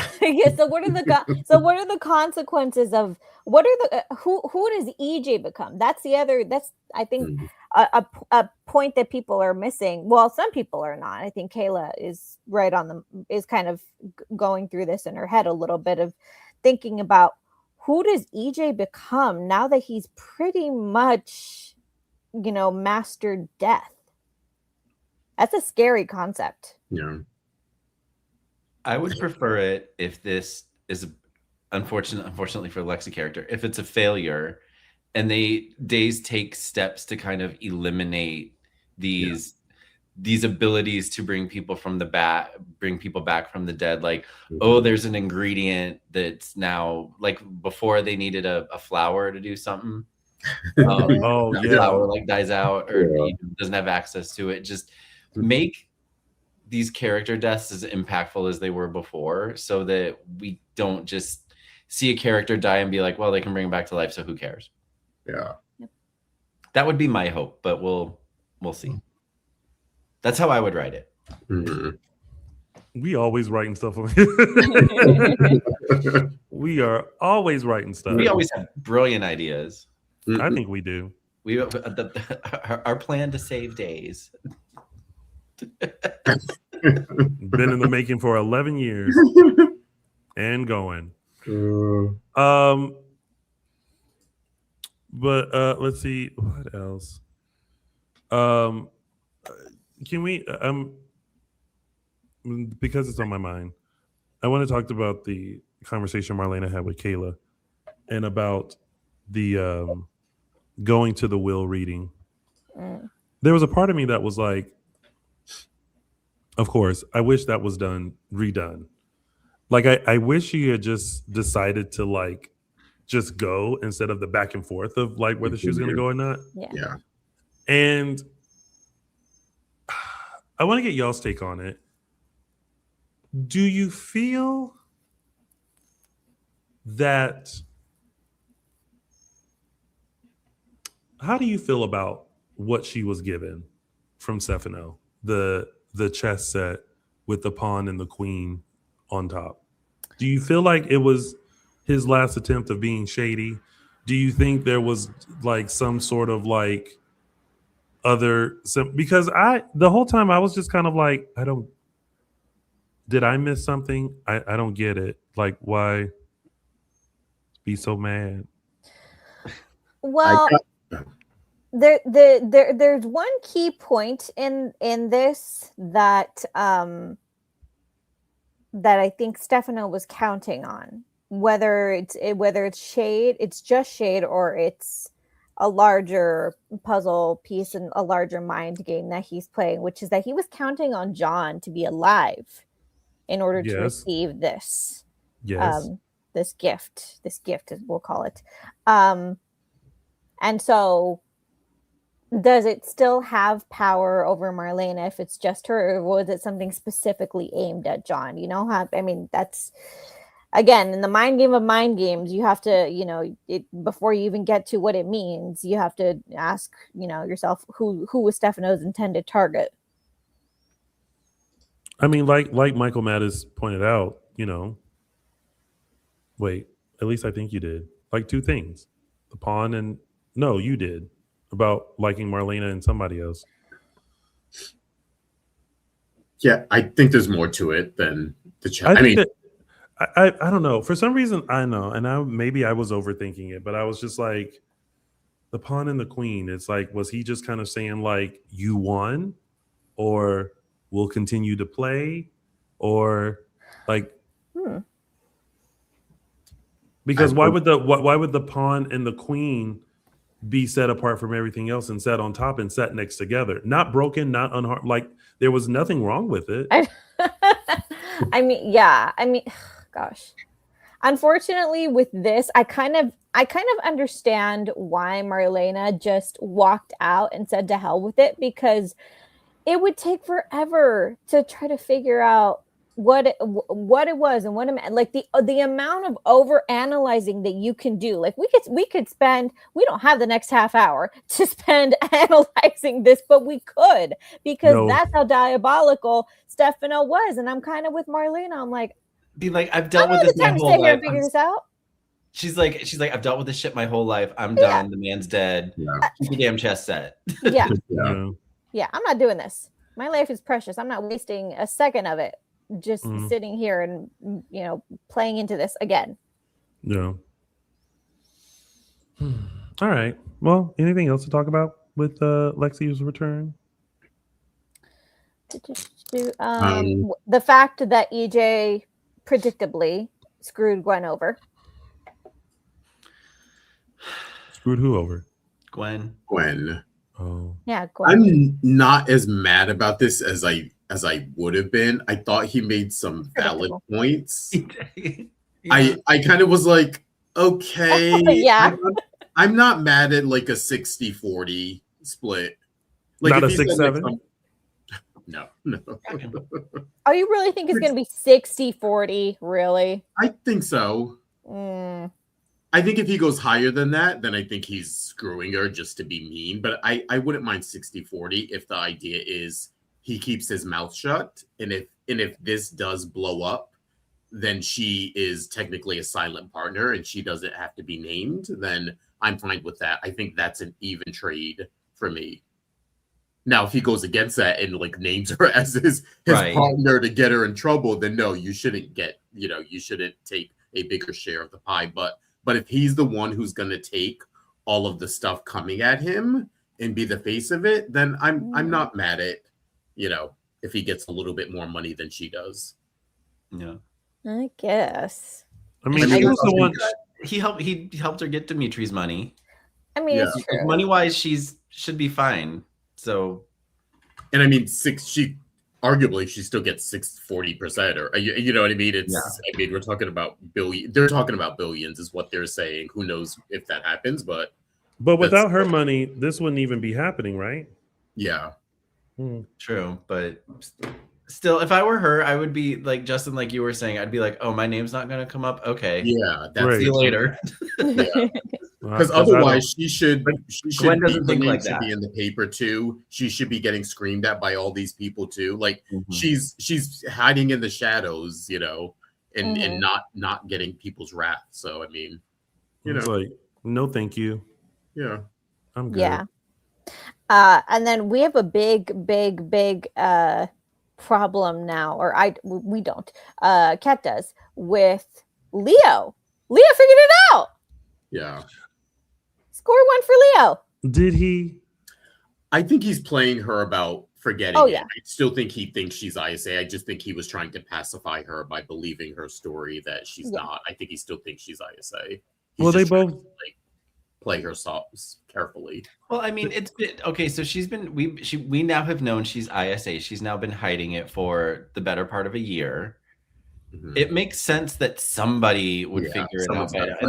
They're not, the ISA, these secret, Agent Man secret. They walk around town and they're like, ooh.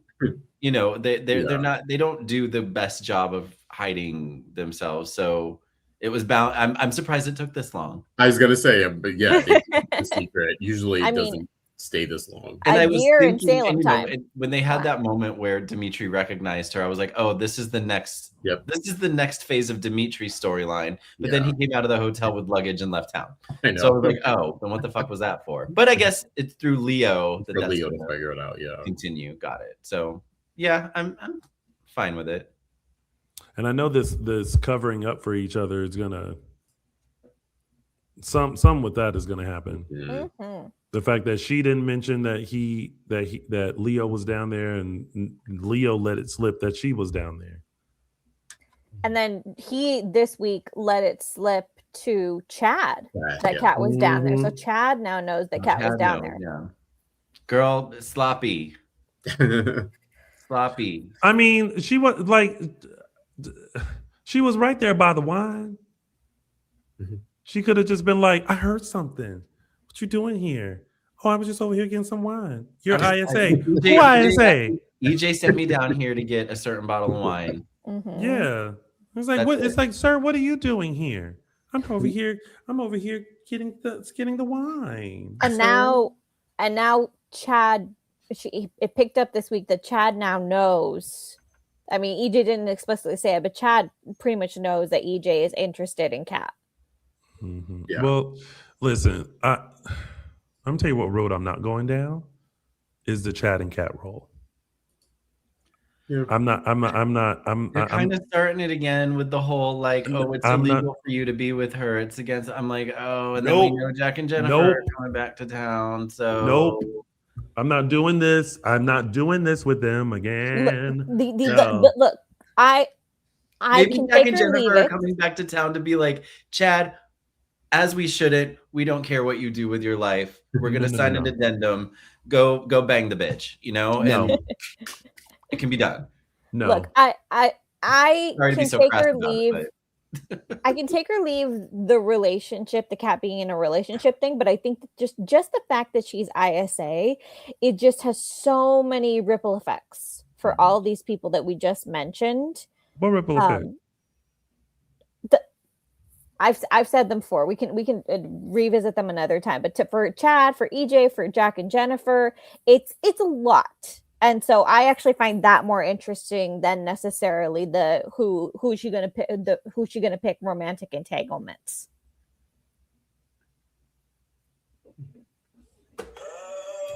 Anyway, what the heck was that? So I don't know. We'll revisit that at another time. Yes. Let's. Are we done with Lexie is back? Yes. Now we Perfect. are. Let's move on to like mother, like daughter. I'm glad. You know what? They always say that your kids are like are in your image, or whatever you do as a kid, your kid's gonna do it. Kudos to Ari for being like standing up to Gabby. Because Gabby, don't try to act like you're mom of the year, because your choices in men have been piss poor. True. And they haven't been squeaky clean. And again, this man answered a Craigslist ad to restock snacks. He didn't know anybody was being kidnapped. He didn't know what was on the other side of that thing. He was instructed to go to Costco, get some water and snacks, put it on the shelf, and go home. And that's what he did. He didn't know nothing else about that. He was just trying to make $200 a trip. Did anybody else though feel like this conversation was a little all over the place? Well, kind of a little, yeah. It was. jumped around in so many different directions, and I think one of my main problems with it was that all of this stuff that was brought up felt like it should have been addressed last year when Ari first came back on the scene. This felt like such a weird delayed reaction. Yeah, exactly. It was almost like, that was kind of my reaction to this conversation between them and all of this like negative history. And I'm like, where is this coming from? Y'all have been cool for like over a year, and now you have these issues. Like, were you really just suppressing it, like, you know, and being like, oh, like it's just it was an odd revelations, I guess I would say came up. And when Ari kind of threw it, but like, you weren't around for me when I was little, and you know, you kind of have to go, and you know, you do have to take things with a grain of salt, because of the way time works in soap opera land is not, and you're like, yeah, the time away she was in prison, but there were plenty of years where you saw Gabby being like, well, Ari this, Ari that, Ari this. It's not like she wasn't gone that much. Ari made it sound like she wasn't there at all. Yeah. And she like that Gabby was never a presence in her life. And that's just not true. Maybe she meant the times that she went to prison. Well, she did, but even those twice. Yes. But like, there was plenty of times. I remember plenty of times where Gabby wasn't in prison talking about Ari this, Ari that, and it again, Ari made it sound like Gabby was just absent for her entire childhood. And from what we saw on screen, there were times where she was absent, but not to the extent that Ari. Wow, I just blanked on her name, even though I'm talking about her. Ari made it sound like she wasn't there at all. It just wasn't. Anyway, that's why the conversation didn't really land. I went with it, but the conversation didn't really land with me, that there was so much animosity there, you know. The Arizona years where Ari was away with Will and Sunny in a stable home were basically her teen years. And then she came back when she turned 18 and she chose to go to school in Salem. But prior to that, it was more like Ari had a parent every 2 years. For the first couple years of her life, for at least the first year or two of her life, she had Will and Sunny and Gabby. And then Will died. And he was off the canvas and Sunny couldn't deal with his grief. So he was gone. So then Gabby was the sole parent for a while. And then Will came back.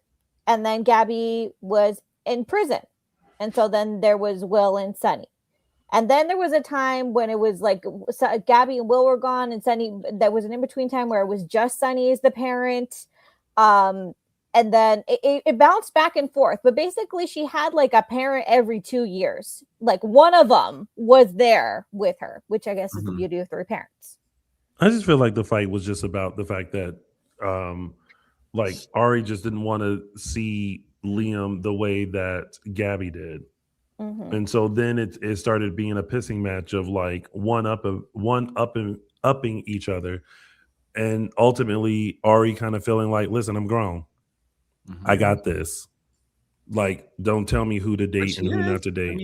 I mean, she is, she is, and she's like, and she's not one of those like loose cannons. Like she does some sneaky stuff, like, you know, being under 21 and having, you know, a fake ID and going in and having a drink, but at least she's still responsible. That's like low. That's like low grade, you know, shenanigans when you're that age. Yeah. True. I feel like it's not like she's out here getting pregnant. Yeah, I'd feel differently if Liam was still involved in some of the shady stuff, or if he was kind of toting the line. In a library. Yeah, he's like he's in the process of turning over his can barely read. And trying to do some positive things. So like it just falls flat when Gabby's so angry about him, about his past. It's like, bro, your rap sheet's longer than his, I would suspect. Sure is. This is true. And the love of her life, Stefan Dimera. Let's look at his track record. Yeah. He was reformed in a way, but and you still love him. Yeah. And yet you giving Liam, and are still married to him and want half of his money. So and walked in there boldly and said, I'm the widow. But yet here you are giving poor Liam, who's trying to make $2 an hour at the local bookstore after answering a Craigslist ad to refill snacks. You keep giving him hell. Leave that boy alone. You need to adjust for, there needs to be inflation. I predict that there will be a situation that Gabby is in distress of something and Liam comes to her rescue, and that will be the softening. Or then she and Liam, you know, she'll pull up what's her name? Eve. Oh God, I hope not. Eve and Paige. JJ. Oh God, please no. That's such a good soap opera though. It's kind of 80s, but it's good soap opera. It's like really trashy good soap opera. But see that was good when it was between Paige, Eve, JJ/Jennifer. That was good. I don't need it to repeat because it did it good. Because listen, we got the slap her. I mean, that was the second most powerful slap. The first one was between Sammy and Nicole. The second one goes to Paige for knocking the dog piss out of JJ. That clip still comes up on my phone sometimes. Like that cake is is there on the floor, and he's like, Paige, what's wrong? Why did you do? And I mean, she went back to land down. I mean, it went beyond what did the 5 fingers say to the face. It definitely said slap in an echo and not using auto tune. It said biff. What? It say smack. It said biff. It sure did. It said like on the old cartoons where it would be like pow, bang, bam, poof, biff. It's like biff.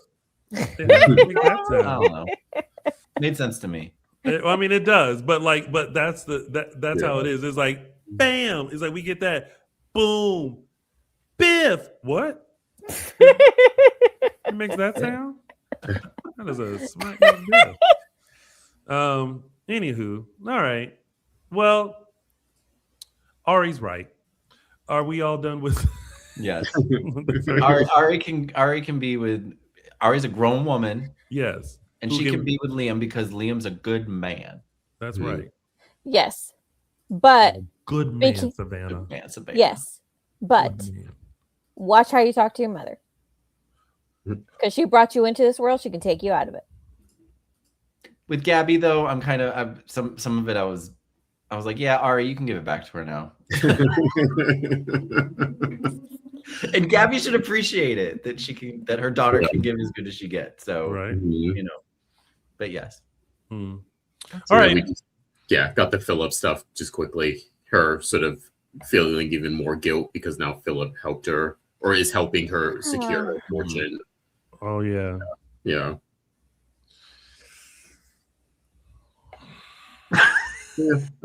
Well, see how that cookie crumbles. It is what it is.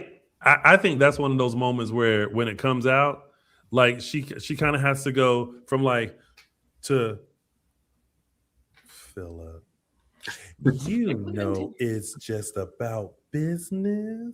Why don't you come over here and see me sometime? It's like that. It's gonna be like an episode of Friends where they're playing football and they distract the guys by lifting their shirts up. It's like Philip.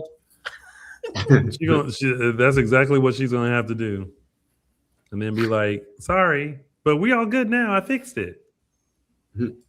Anywho. All right. Well, those were your top storylines of days this week. Before we go into our tidbits, just want to remind you guys to please make sure you follow us on all social media platforms. We're Dishin Days Show on Facebook and Dishin Days on Instagram, Twitter, X, and Threads. Make sure you subscribe to our YouTube channel. If you want to be a part of our members exclusive page, join by using your computer or laptop. Also, make sure you find us on your favorite podcast station. We're on Apple Podcasts, iHeartRadio, and Spotify. So check us out there.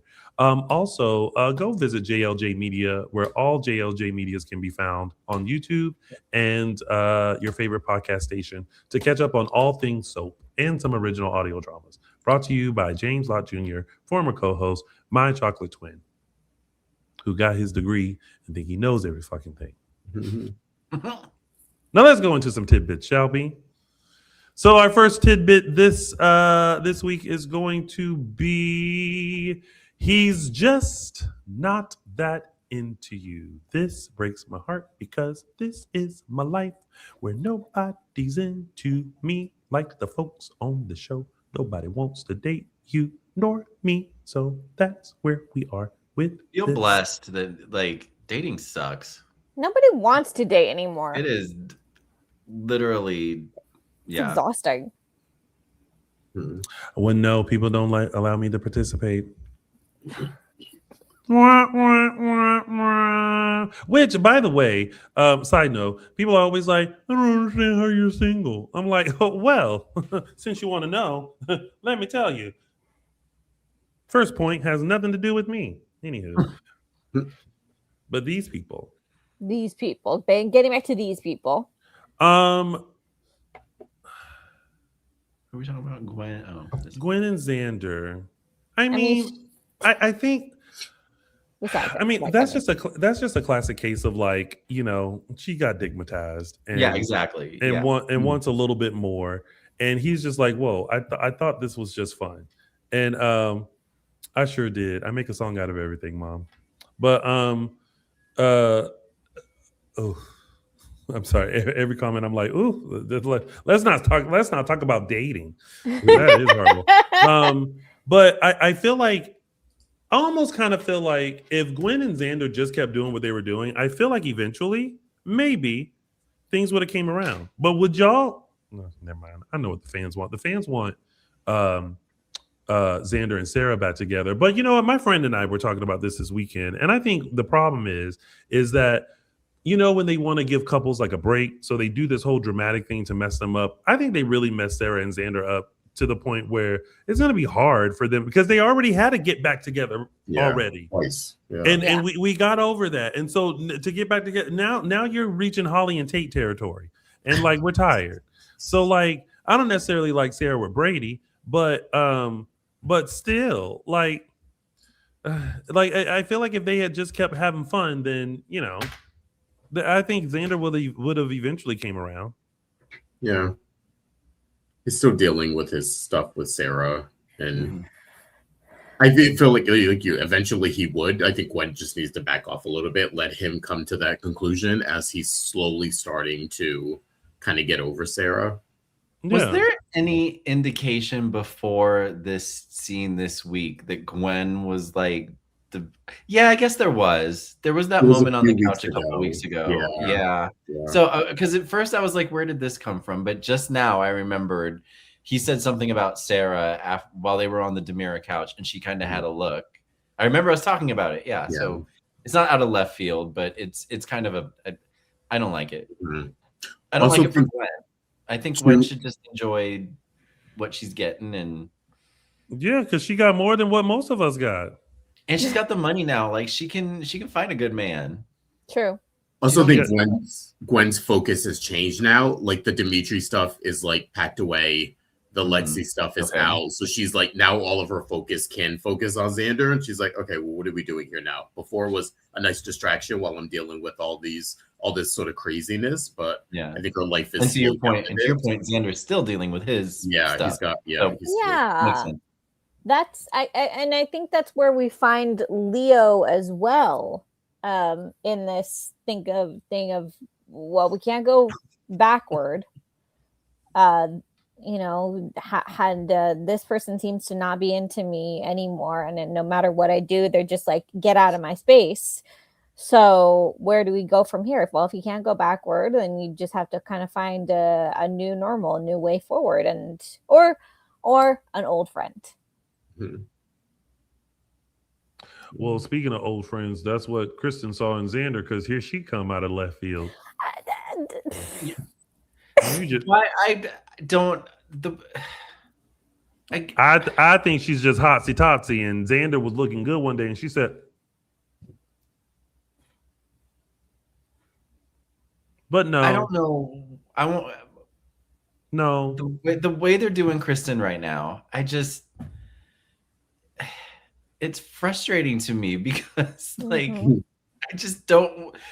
It doesn't land with me. It just doesn't make sense to me that like suddenly we've discussed this. Kristen has always been unscrupulous, but this I want you to kill EJ. I'm going to kill Johnny. Now you're going to kill EJ. Like this murderous person. Like she's not. That's too low brow for her. Like, well, how about this? How about hi. If this is Xander and this message is for Xander only, please stay. Great. It's just Xander. Listen, go ahead and give Kristen some, because then that way she wouldn't want to kill Johnny or want to kill EJ. She just need a little bit, and you're the man to do it. So do it. Thank you. Fair enough. That's it. Yeah, and beyond that, it's just inconsistent. Like, yeah. Because what she murdered Sophia, but now she's too good to murder EJ, so she has to pull Xander into it. Yeah. She don't want blood on her hands. She literally has blood on her hands. She already did with Sophia, so why does she have a problem doing EJ herself? She don't want no more. She don't want no more. Inconsistent. She was one and done. One and done. She doesn't want to repeat loud herself. one. Excuse me. Unless part of her plan is to have Xander murder EJ and then frame him for murdering Sophia too somehow. But Xander, if you know what's best for you, if you know what's best for you, Xander, just give her a little bit. That's all. Leo and Javi. Oh. This boyfriend like apparently he's going to pick him up at the airport, so apparently the boyfriend's real, I guess. Right. Are we gonna see him, or are we gonna see? Are we gonna see this? Heck if I know. Or is he just gonna be Is he gonna be an off-camera boyfriend? Yeah. Oh, you mean like this? we're just gonna talk about him, but we're not gonna see him. Yeah. It'd be like, hi Javi. How are you? I love you so much. Oh, is this? And then Leo, that's all your- because he has to say under five lines. Oh. I did see a possible spoiler about it on Facebook, but it was on one of those like AI weird Yeah, no, don't trust Facebook those. accounts. So I'm like, I don't think so. Don't trust those. Which Don't are just trust it. bizarre. The way they like doctor the images, it's ridiculous. So weird. And then there's Rafe on here. Because he told Leo to get, in order to get him out of the house, that Javi was picking his boyfriend up at the airport. Love it. Kind of. And he was like, get up out my house, please. I also Please like get their up. scene. Their scene was Yeah. really nice. Like that. I mean, they don't get a lot of scenes together. If they do, it's very like general family scenes. But I liked them just kind of hanging out and talking and going there. It was really nice. Did Yeah. anyone think for a second that Leo was gonna plant a bug in the kitchen? Oh, I didn't think that at all. No, I didn't think that at all. Okay, I thought for a second because just the close proximity to Kat. I thought he would suspect Kat or something, or like it was Yeah. going to be one of those like I smell her perfume, or funny thing. I don't know if this was a little, but you see Anna Lynn like she snatched her purse as she was rounding the corner. I thought that was going to be a thing, like maybe she would see the purse or something. But she's ISA, so she knows how to cover her tracks. Yeah, she snatched it as she was rounding Very that well. corner very quickly. Yeah. Well, before we move on to the next thing, I want to make sure that our folks have a chance to sound off. Y'all know how we love for the people, not Araceli as ISA. I didn't know they had a bureau in Pomona. Say what? Never mind. Not in Pomona. I mean, it's about the same distance. So we Not have a quick even. sound off from one of our fans. Y'all know her. Y'all love her. She's a huge fan of Paul Telfer. And let's hear from Brienne. Hi, I'm Brienne, and I'm from Florida, and of course my comment is about Xander. First of all, we got to see him after basically 3 weeks of not seeing him, so that was good.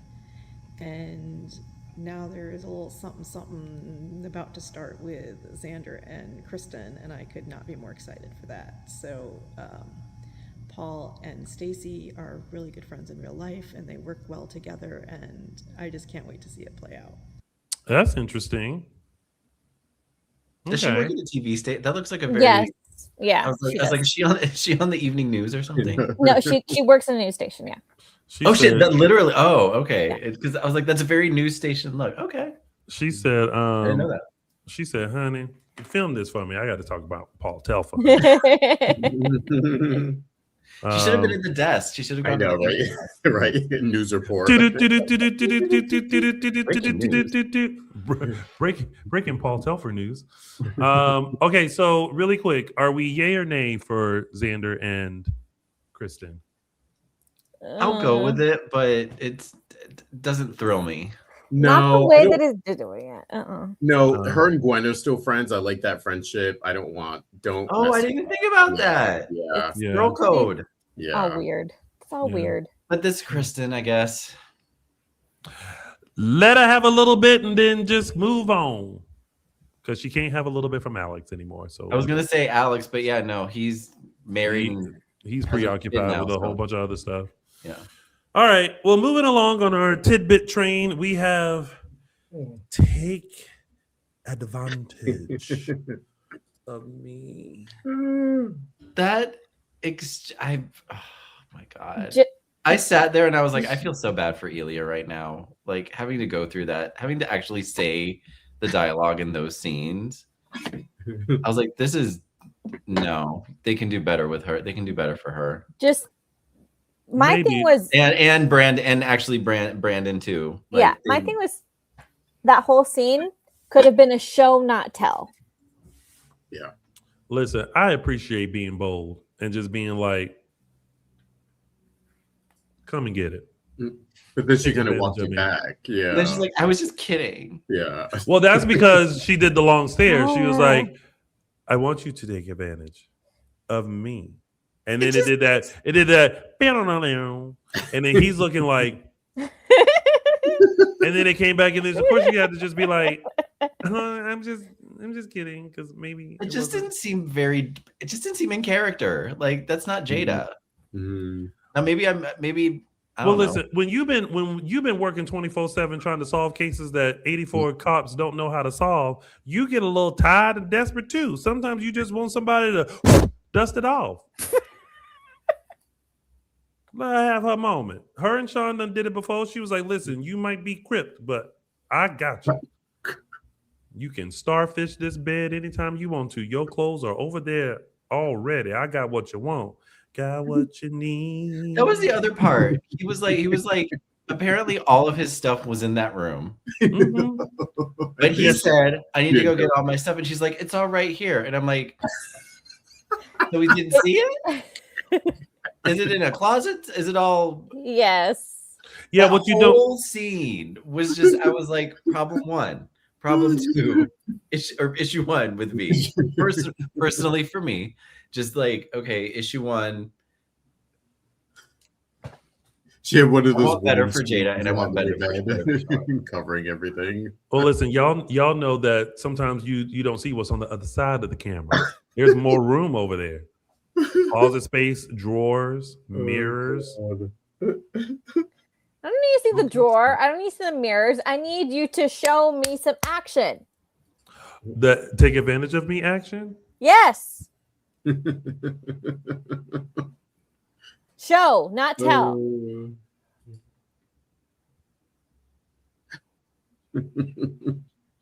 I said for Brandon and Ilya, not you, Tony.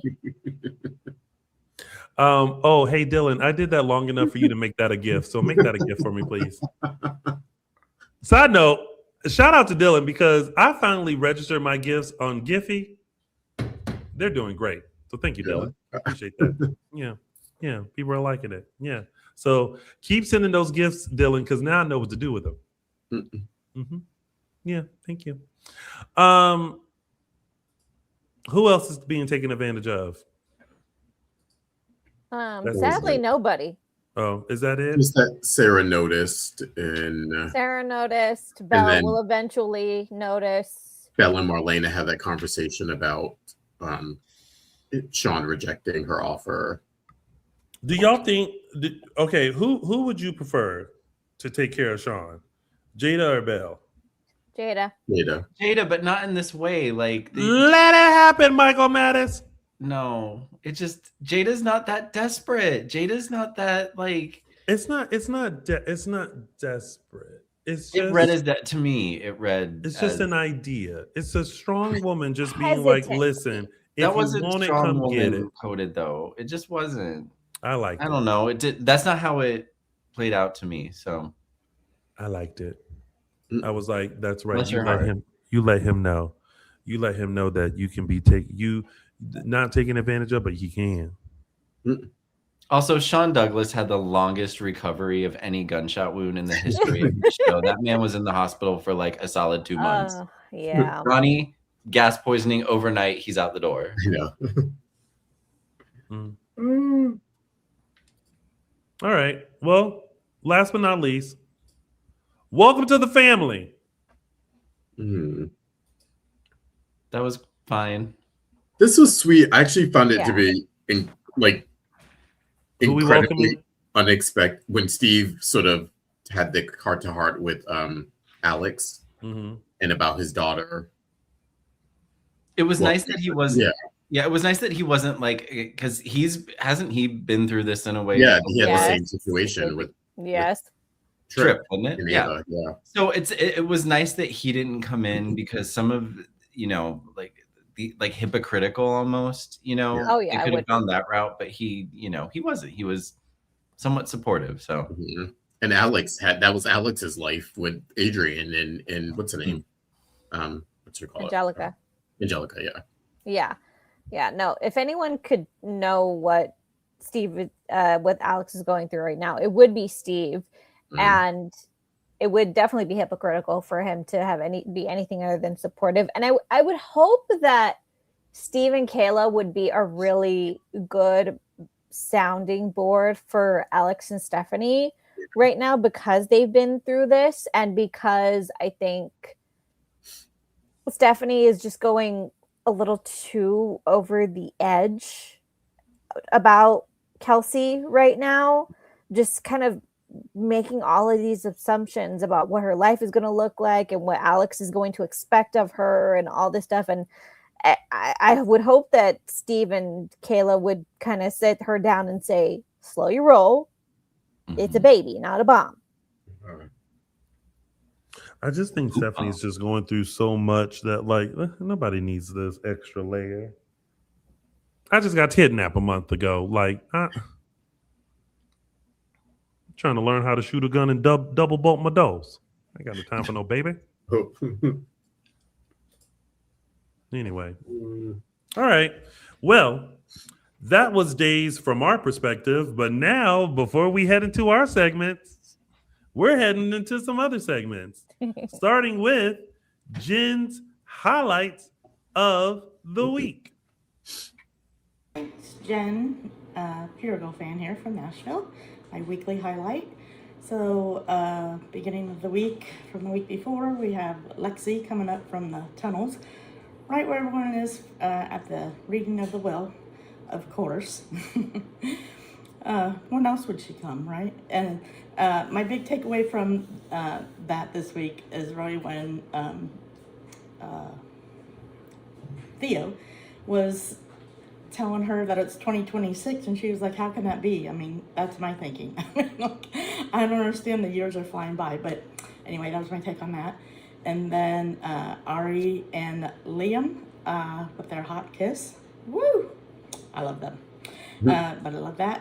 And then Ari and Gabby had a really great conversation. I really like those scenes with Sherry and Vico.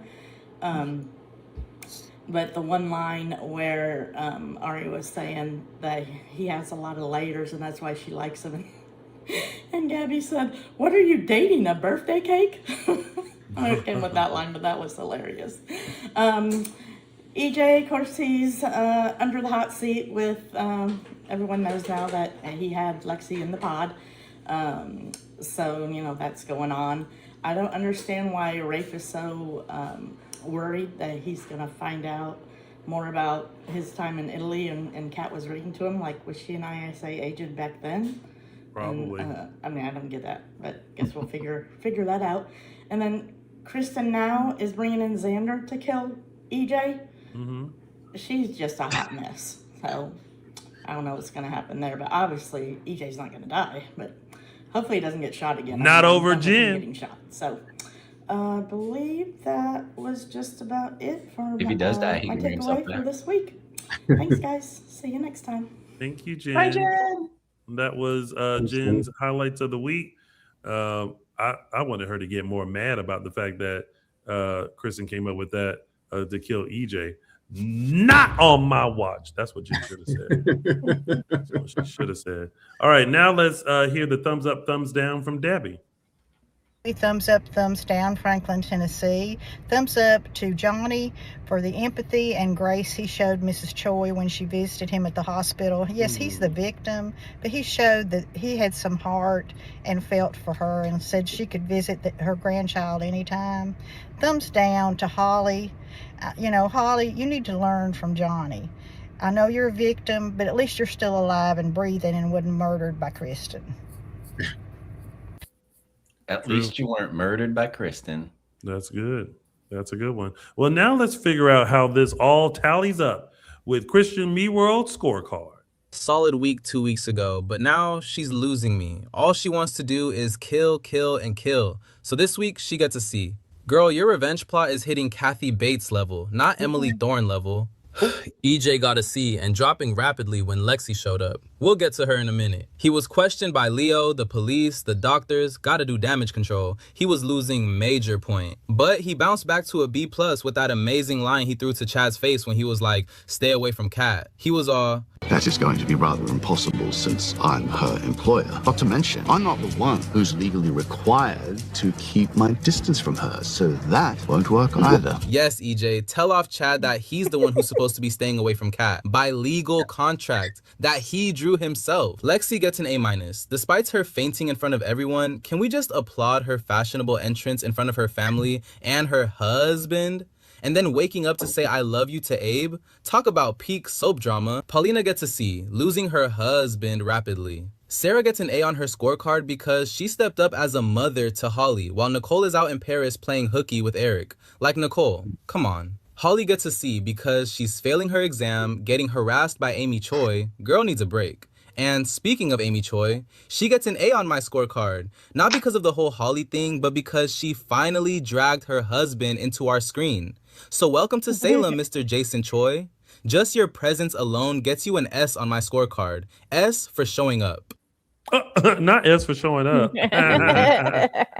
Shout out to Jen, Debbie, and Christian Me World for your segments. And now we're going to officially go into ours, and we'll start with mine, which is Tony's. We are still doing the show, which is Tony's official 3 Snaps Award.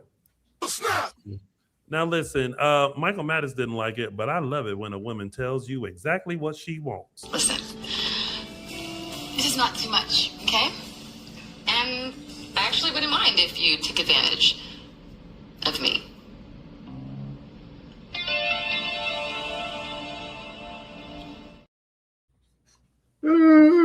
So Jada Hunter, for letting him know what is on the menu at your house, you get Tony's official 3 Snaps Award. Oh, snap! And now it's time for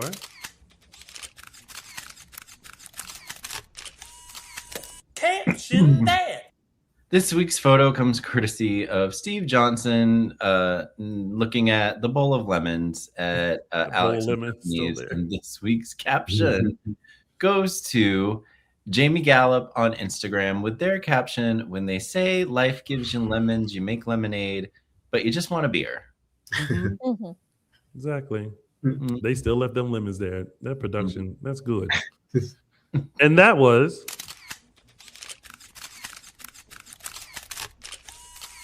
Caption That. And now it's time to travel back in time to those were the days. All right, taking it back to May 12, 2014. This is when Nick was murdered, but I specifically picked this because this is when Julie's martyrdom was born. This is when we finally gave Julie a cause to be somewhat annoying, gung-ho, but definitely loyal. And this was the beginning of her obsession with Nick and him being killed and getting revenge on Gabby. It was all born on that day, May 12th, 2014, when Nick was murdered. And now back to the present, because those were the days. And now it's time for It's a Gift. And this week's It's a Gift goes to Kristen Dimera being fed up with men. I feel you, girl. Specifically, any man who says, I don't watch the news. See, that's a for me. Yeah, that's my facial expression there. In the defense of those people, the news is a lot lately. Yes, no, yes, but in a way of like, I don't watch the news because it's depressing, or I don't watch the news because I don't think it's important. There are two very big distinctions there. So, Kristen Dimera, thank you for that facial expression. I will be using it myself. Myrtle Hope. I guess is the dough tuber. They got sent in, but your rants got sent in where I had to request permission to see them, so I could not see them. That was interesting. Sorry that you guys didn't get a chance to hear the rants from our good friends in Tacoma, Washington. And that was It's a Gift. And now it's time for News and Gossip from Tacoma, Washington. casting anniversary news. Lauren Koslow, one of our favorites, Kate, she'll actually be jumping over to The Young and the Restless temporarily. She will be stepping in to play Jill Abbott, regularly played by Jess Walton, for about 5 episodes beginning at the end of June. Ironically, in a full circle moment, Jill was also played by Deborah Adair in the 80s, whom Lauren succeeded as Kate back in 1996 here at Days. But Jess is still with YNR, and Lauren is still on as Kate for Days. It's just a temporary sort of jump in, have some fun, and come back to Days kind of thing. So, yeah, big congrats to Lauren. You can catch her at Young and the Restless beginning her little mini arc the end of June. Charlotte, at this point, they about to call it The Young Days of Our Lives and the Restless. The swapping is Right. interesting. It makes whatever. Mm. It's a thing. Next up, we have Tamara Braun celebrated 25 years in daytime over the last couple of weeks. She made her debut as Carly Spencer on General Hospital in 2001 and pulled double duty as Days as Ava Vitale and briefly as Taylor Walker, Nicole's sister. So check out her Instagram. She kind of did a little 25 years celebration, thanking all her co-stars and getting a chance to play these amazing sort of strong women characters over the years. So go check that Also out. on the Bay briefly, I think. Oh yeah. Yeah, she was on the way as well. Mhm. Next up, we have congratulations to Remington Hoffman and his wife Ida, who co-directed a short film called Christmas Angels. It actually premiered at the Big Apple Film Festival. And then you can also catch our former Lee Shin as the 4th season of his hit BET show. Zatima is actually now available to stream on Paramount Plus. So big congrats to Remington and his wife. We'll let you know when that show is released. And then, you can go check out 4th season of Zatima on Paramount Plus. Next up, we have some birthdays we have to celebrate. Happy birthday to Peter Reckle, who celebrated his birthday last week, and friend to the show, Kennedy Garcia, who celebrated her 22nd birthday yesterday. And you know this girl loves a party. So Yes, she does. partied it up. Next up, Rob Wilson and Alex Ann Hopkins sat down as their characters, Alex and Joy, for another round of Salem Confessionals. Joy dishes on her reasons for keeping Kelsey a secret, her return, and if we can actually trust her motives. And meanwhile, Alex addresses the bombshell of having Joy and Kelsey show up at his door and if he's actually ready to be a father. Rob Wilson also sat down just as himself this time for a session of Days of Our Lives tattoo tours where he showed us his various tattoos and the meanings behind them. Yes, Tony, I know you really enjoyed this one. I saw that it was promoted and I forgot to go look at it. I got to go look at it because I saw Leo's and I said, oh, so I got to go look at this. Yes. Okay. So now we got to go look at lots of so you can see that on the Days of Our Lives Instagram, as well as another segment where the Salem residents sound off on basic general advice for their fellow Salemites. EJ warning you to beware of catching something, Stephanie advising you on home safety, and Philip warning you about the dangers of paternity tests run at Salem University Hospital. That last one in particular, I think people should pay close attention to. So all of these videos are now available on @DaysPeacock on Instagram. Yes, and former Day star Eileen Davis has sat down with Greg and Rebecca on the Sophie podcast to talk about life and career. She talked about family, housewives, and of course, soaps and Days. How she was, quote unquote, forced to take on the Kristen role and went into it with a lot of anger, winning her first Emmy and the creative experience she had in her first run as Kristen. So go check that out. CBS YouTube page, Sophie. Yes. All right, next up, guys, we're heading into events. We have a lot upcoming. So if any of these events are in your area, pay attention. So the Wizarding World of Harry Potter Gala, which is going to be hosted by Samantha and friends, will be taking place the weekend of September 12th to 13th in Lakewood Ranch, Florida. Guests include Mike Manning, Camilla Banis, Jordi Velasuso, and Kyle Lowry. For ticket information on this event, go to samanthasfriends.org.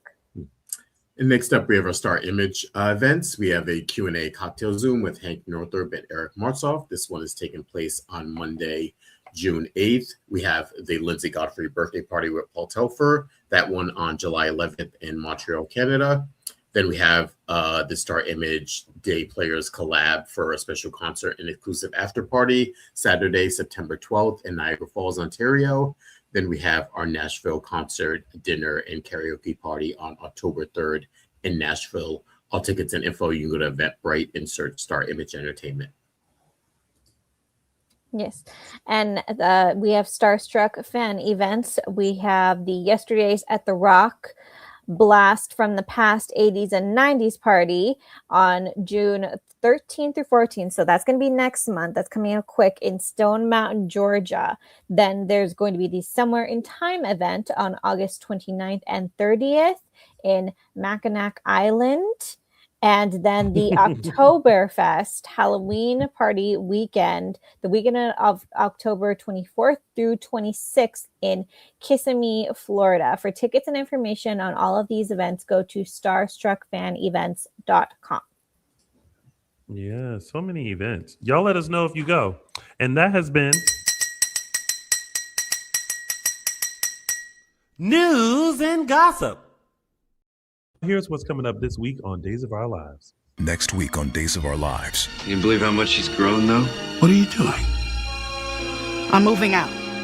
Chanel has a lot on her plate right now. So just give her some space. Why are you here? I'm done, Gabby. I don't want anything to do with you. So pack your things and get the hell out. Are you ready for another adventure? With you by my side, always. What a mess. Capital MESS. Mess. Well, y'all, that has finally been your full episode of Dishin Days today. We want to send a special thank you to Shi Ne Nielson, Rachel Boyd, and Stacy Haiduk for coming on and joining us. We really hope that you guys enjoyed that interview. We hope that you enjoyed our recap. And we're going to go now because we've been here for far too long. Okay. So we're going to go enjoy our Sunday, and you enjoy your Sunday too. We'll be back next Sunday to give you another full dish of what's coming up this week on Peacock's Days of Our Lives. Have fun, everybody. Stay healthy. Enjoy your week, and we'll see you back here next Sunday. Bye, everybody. Bye.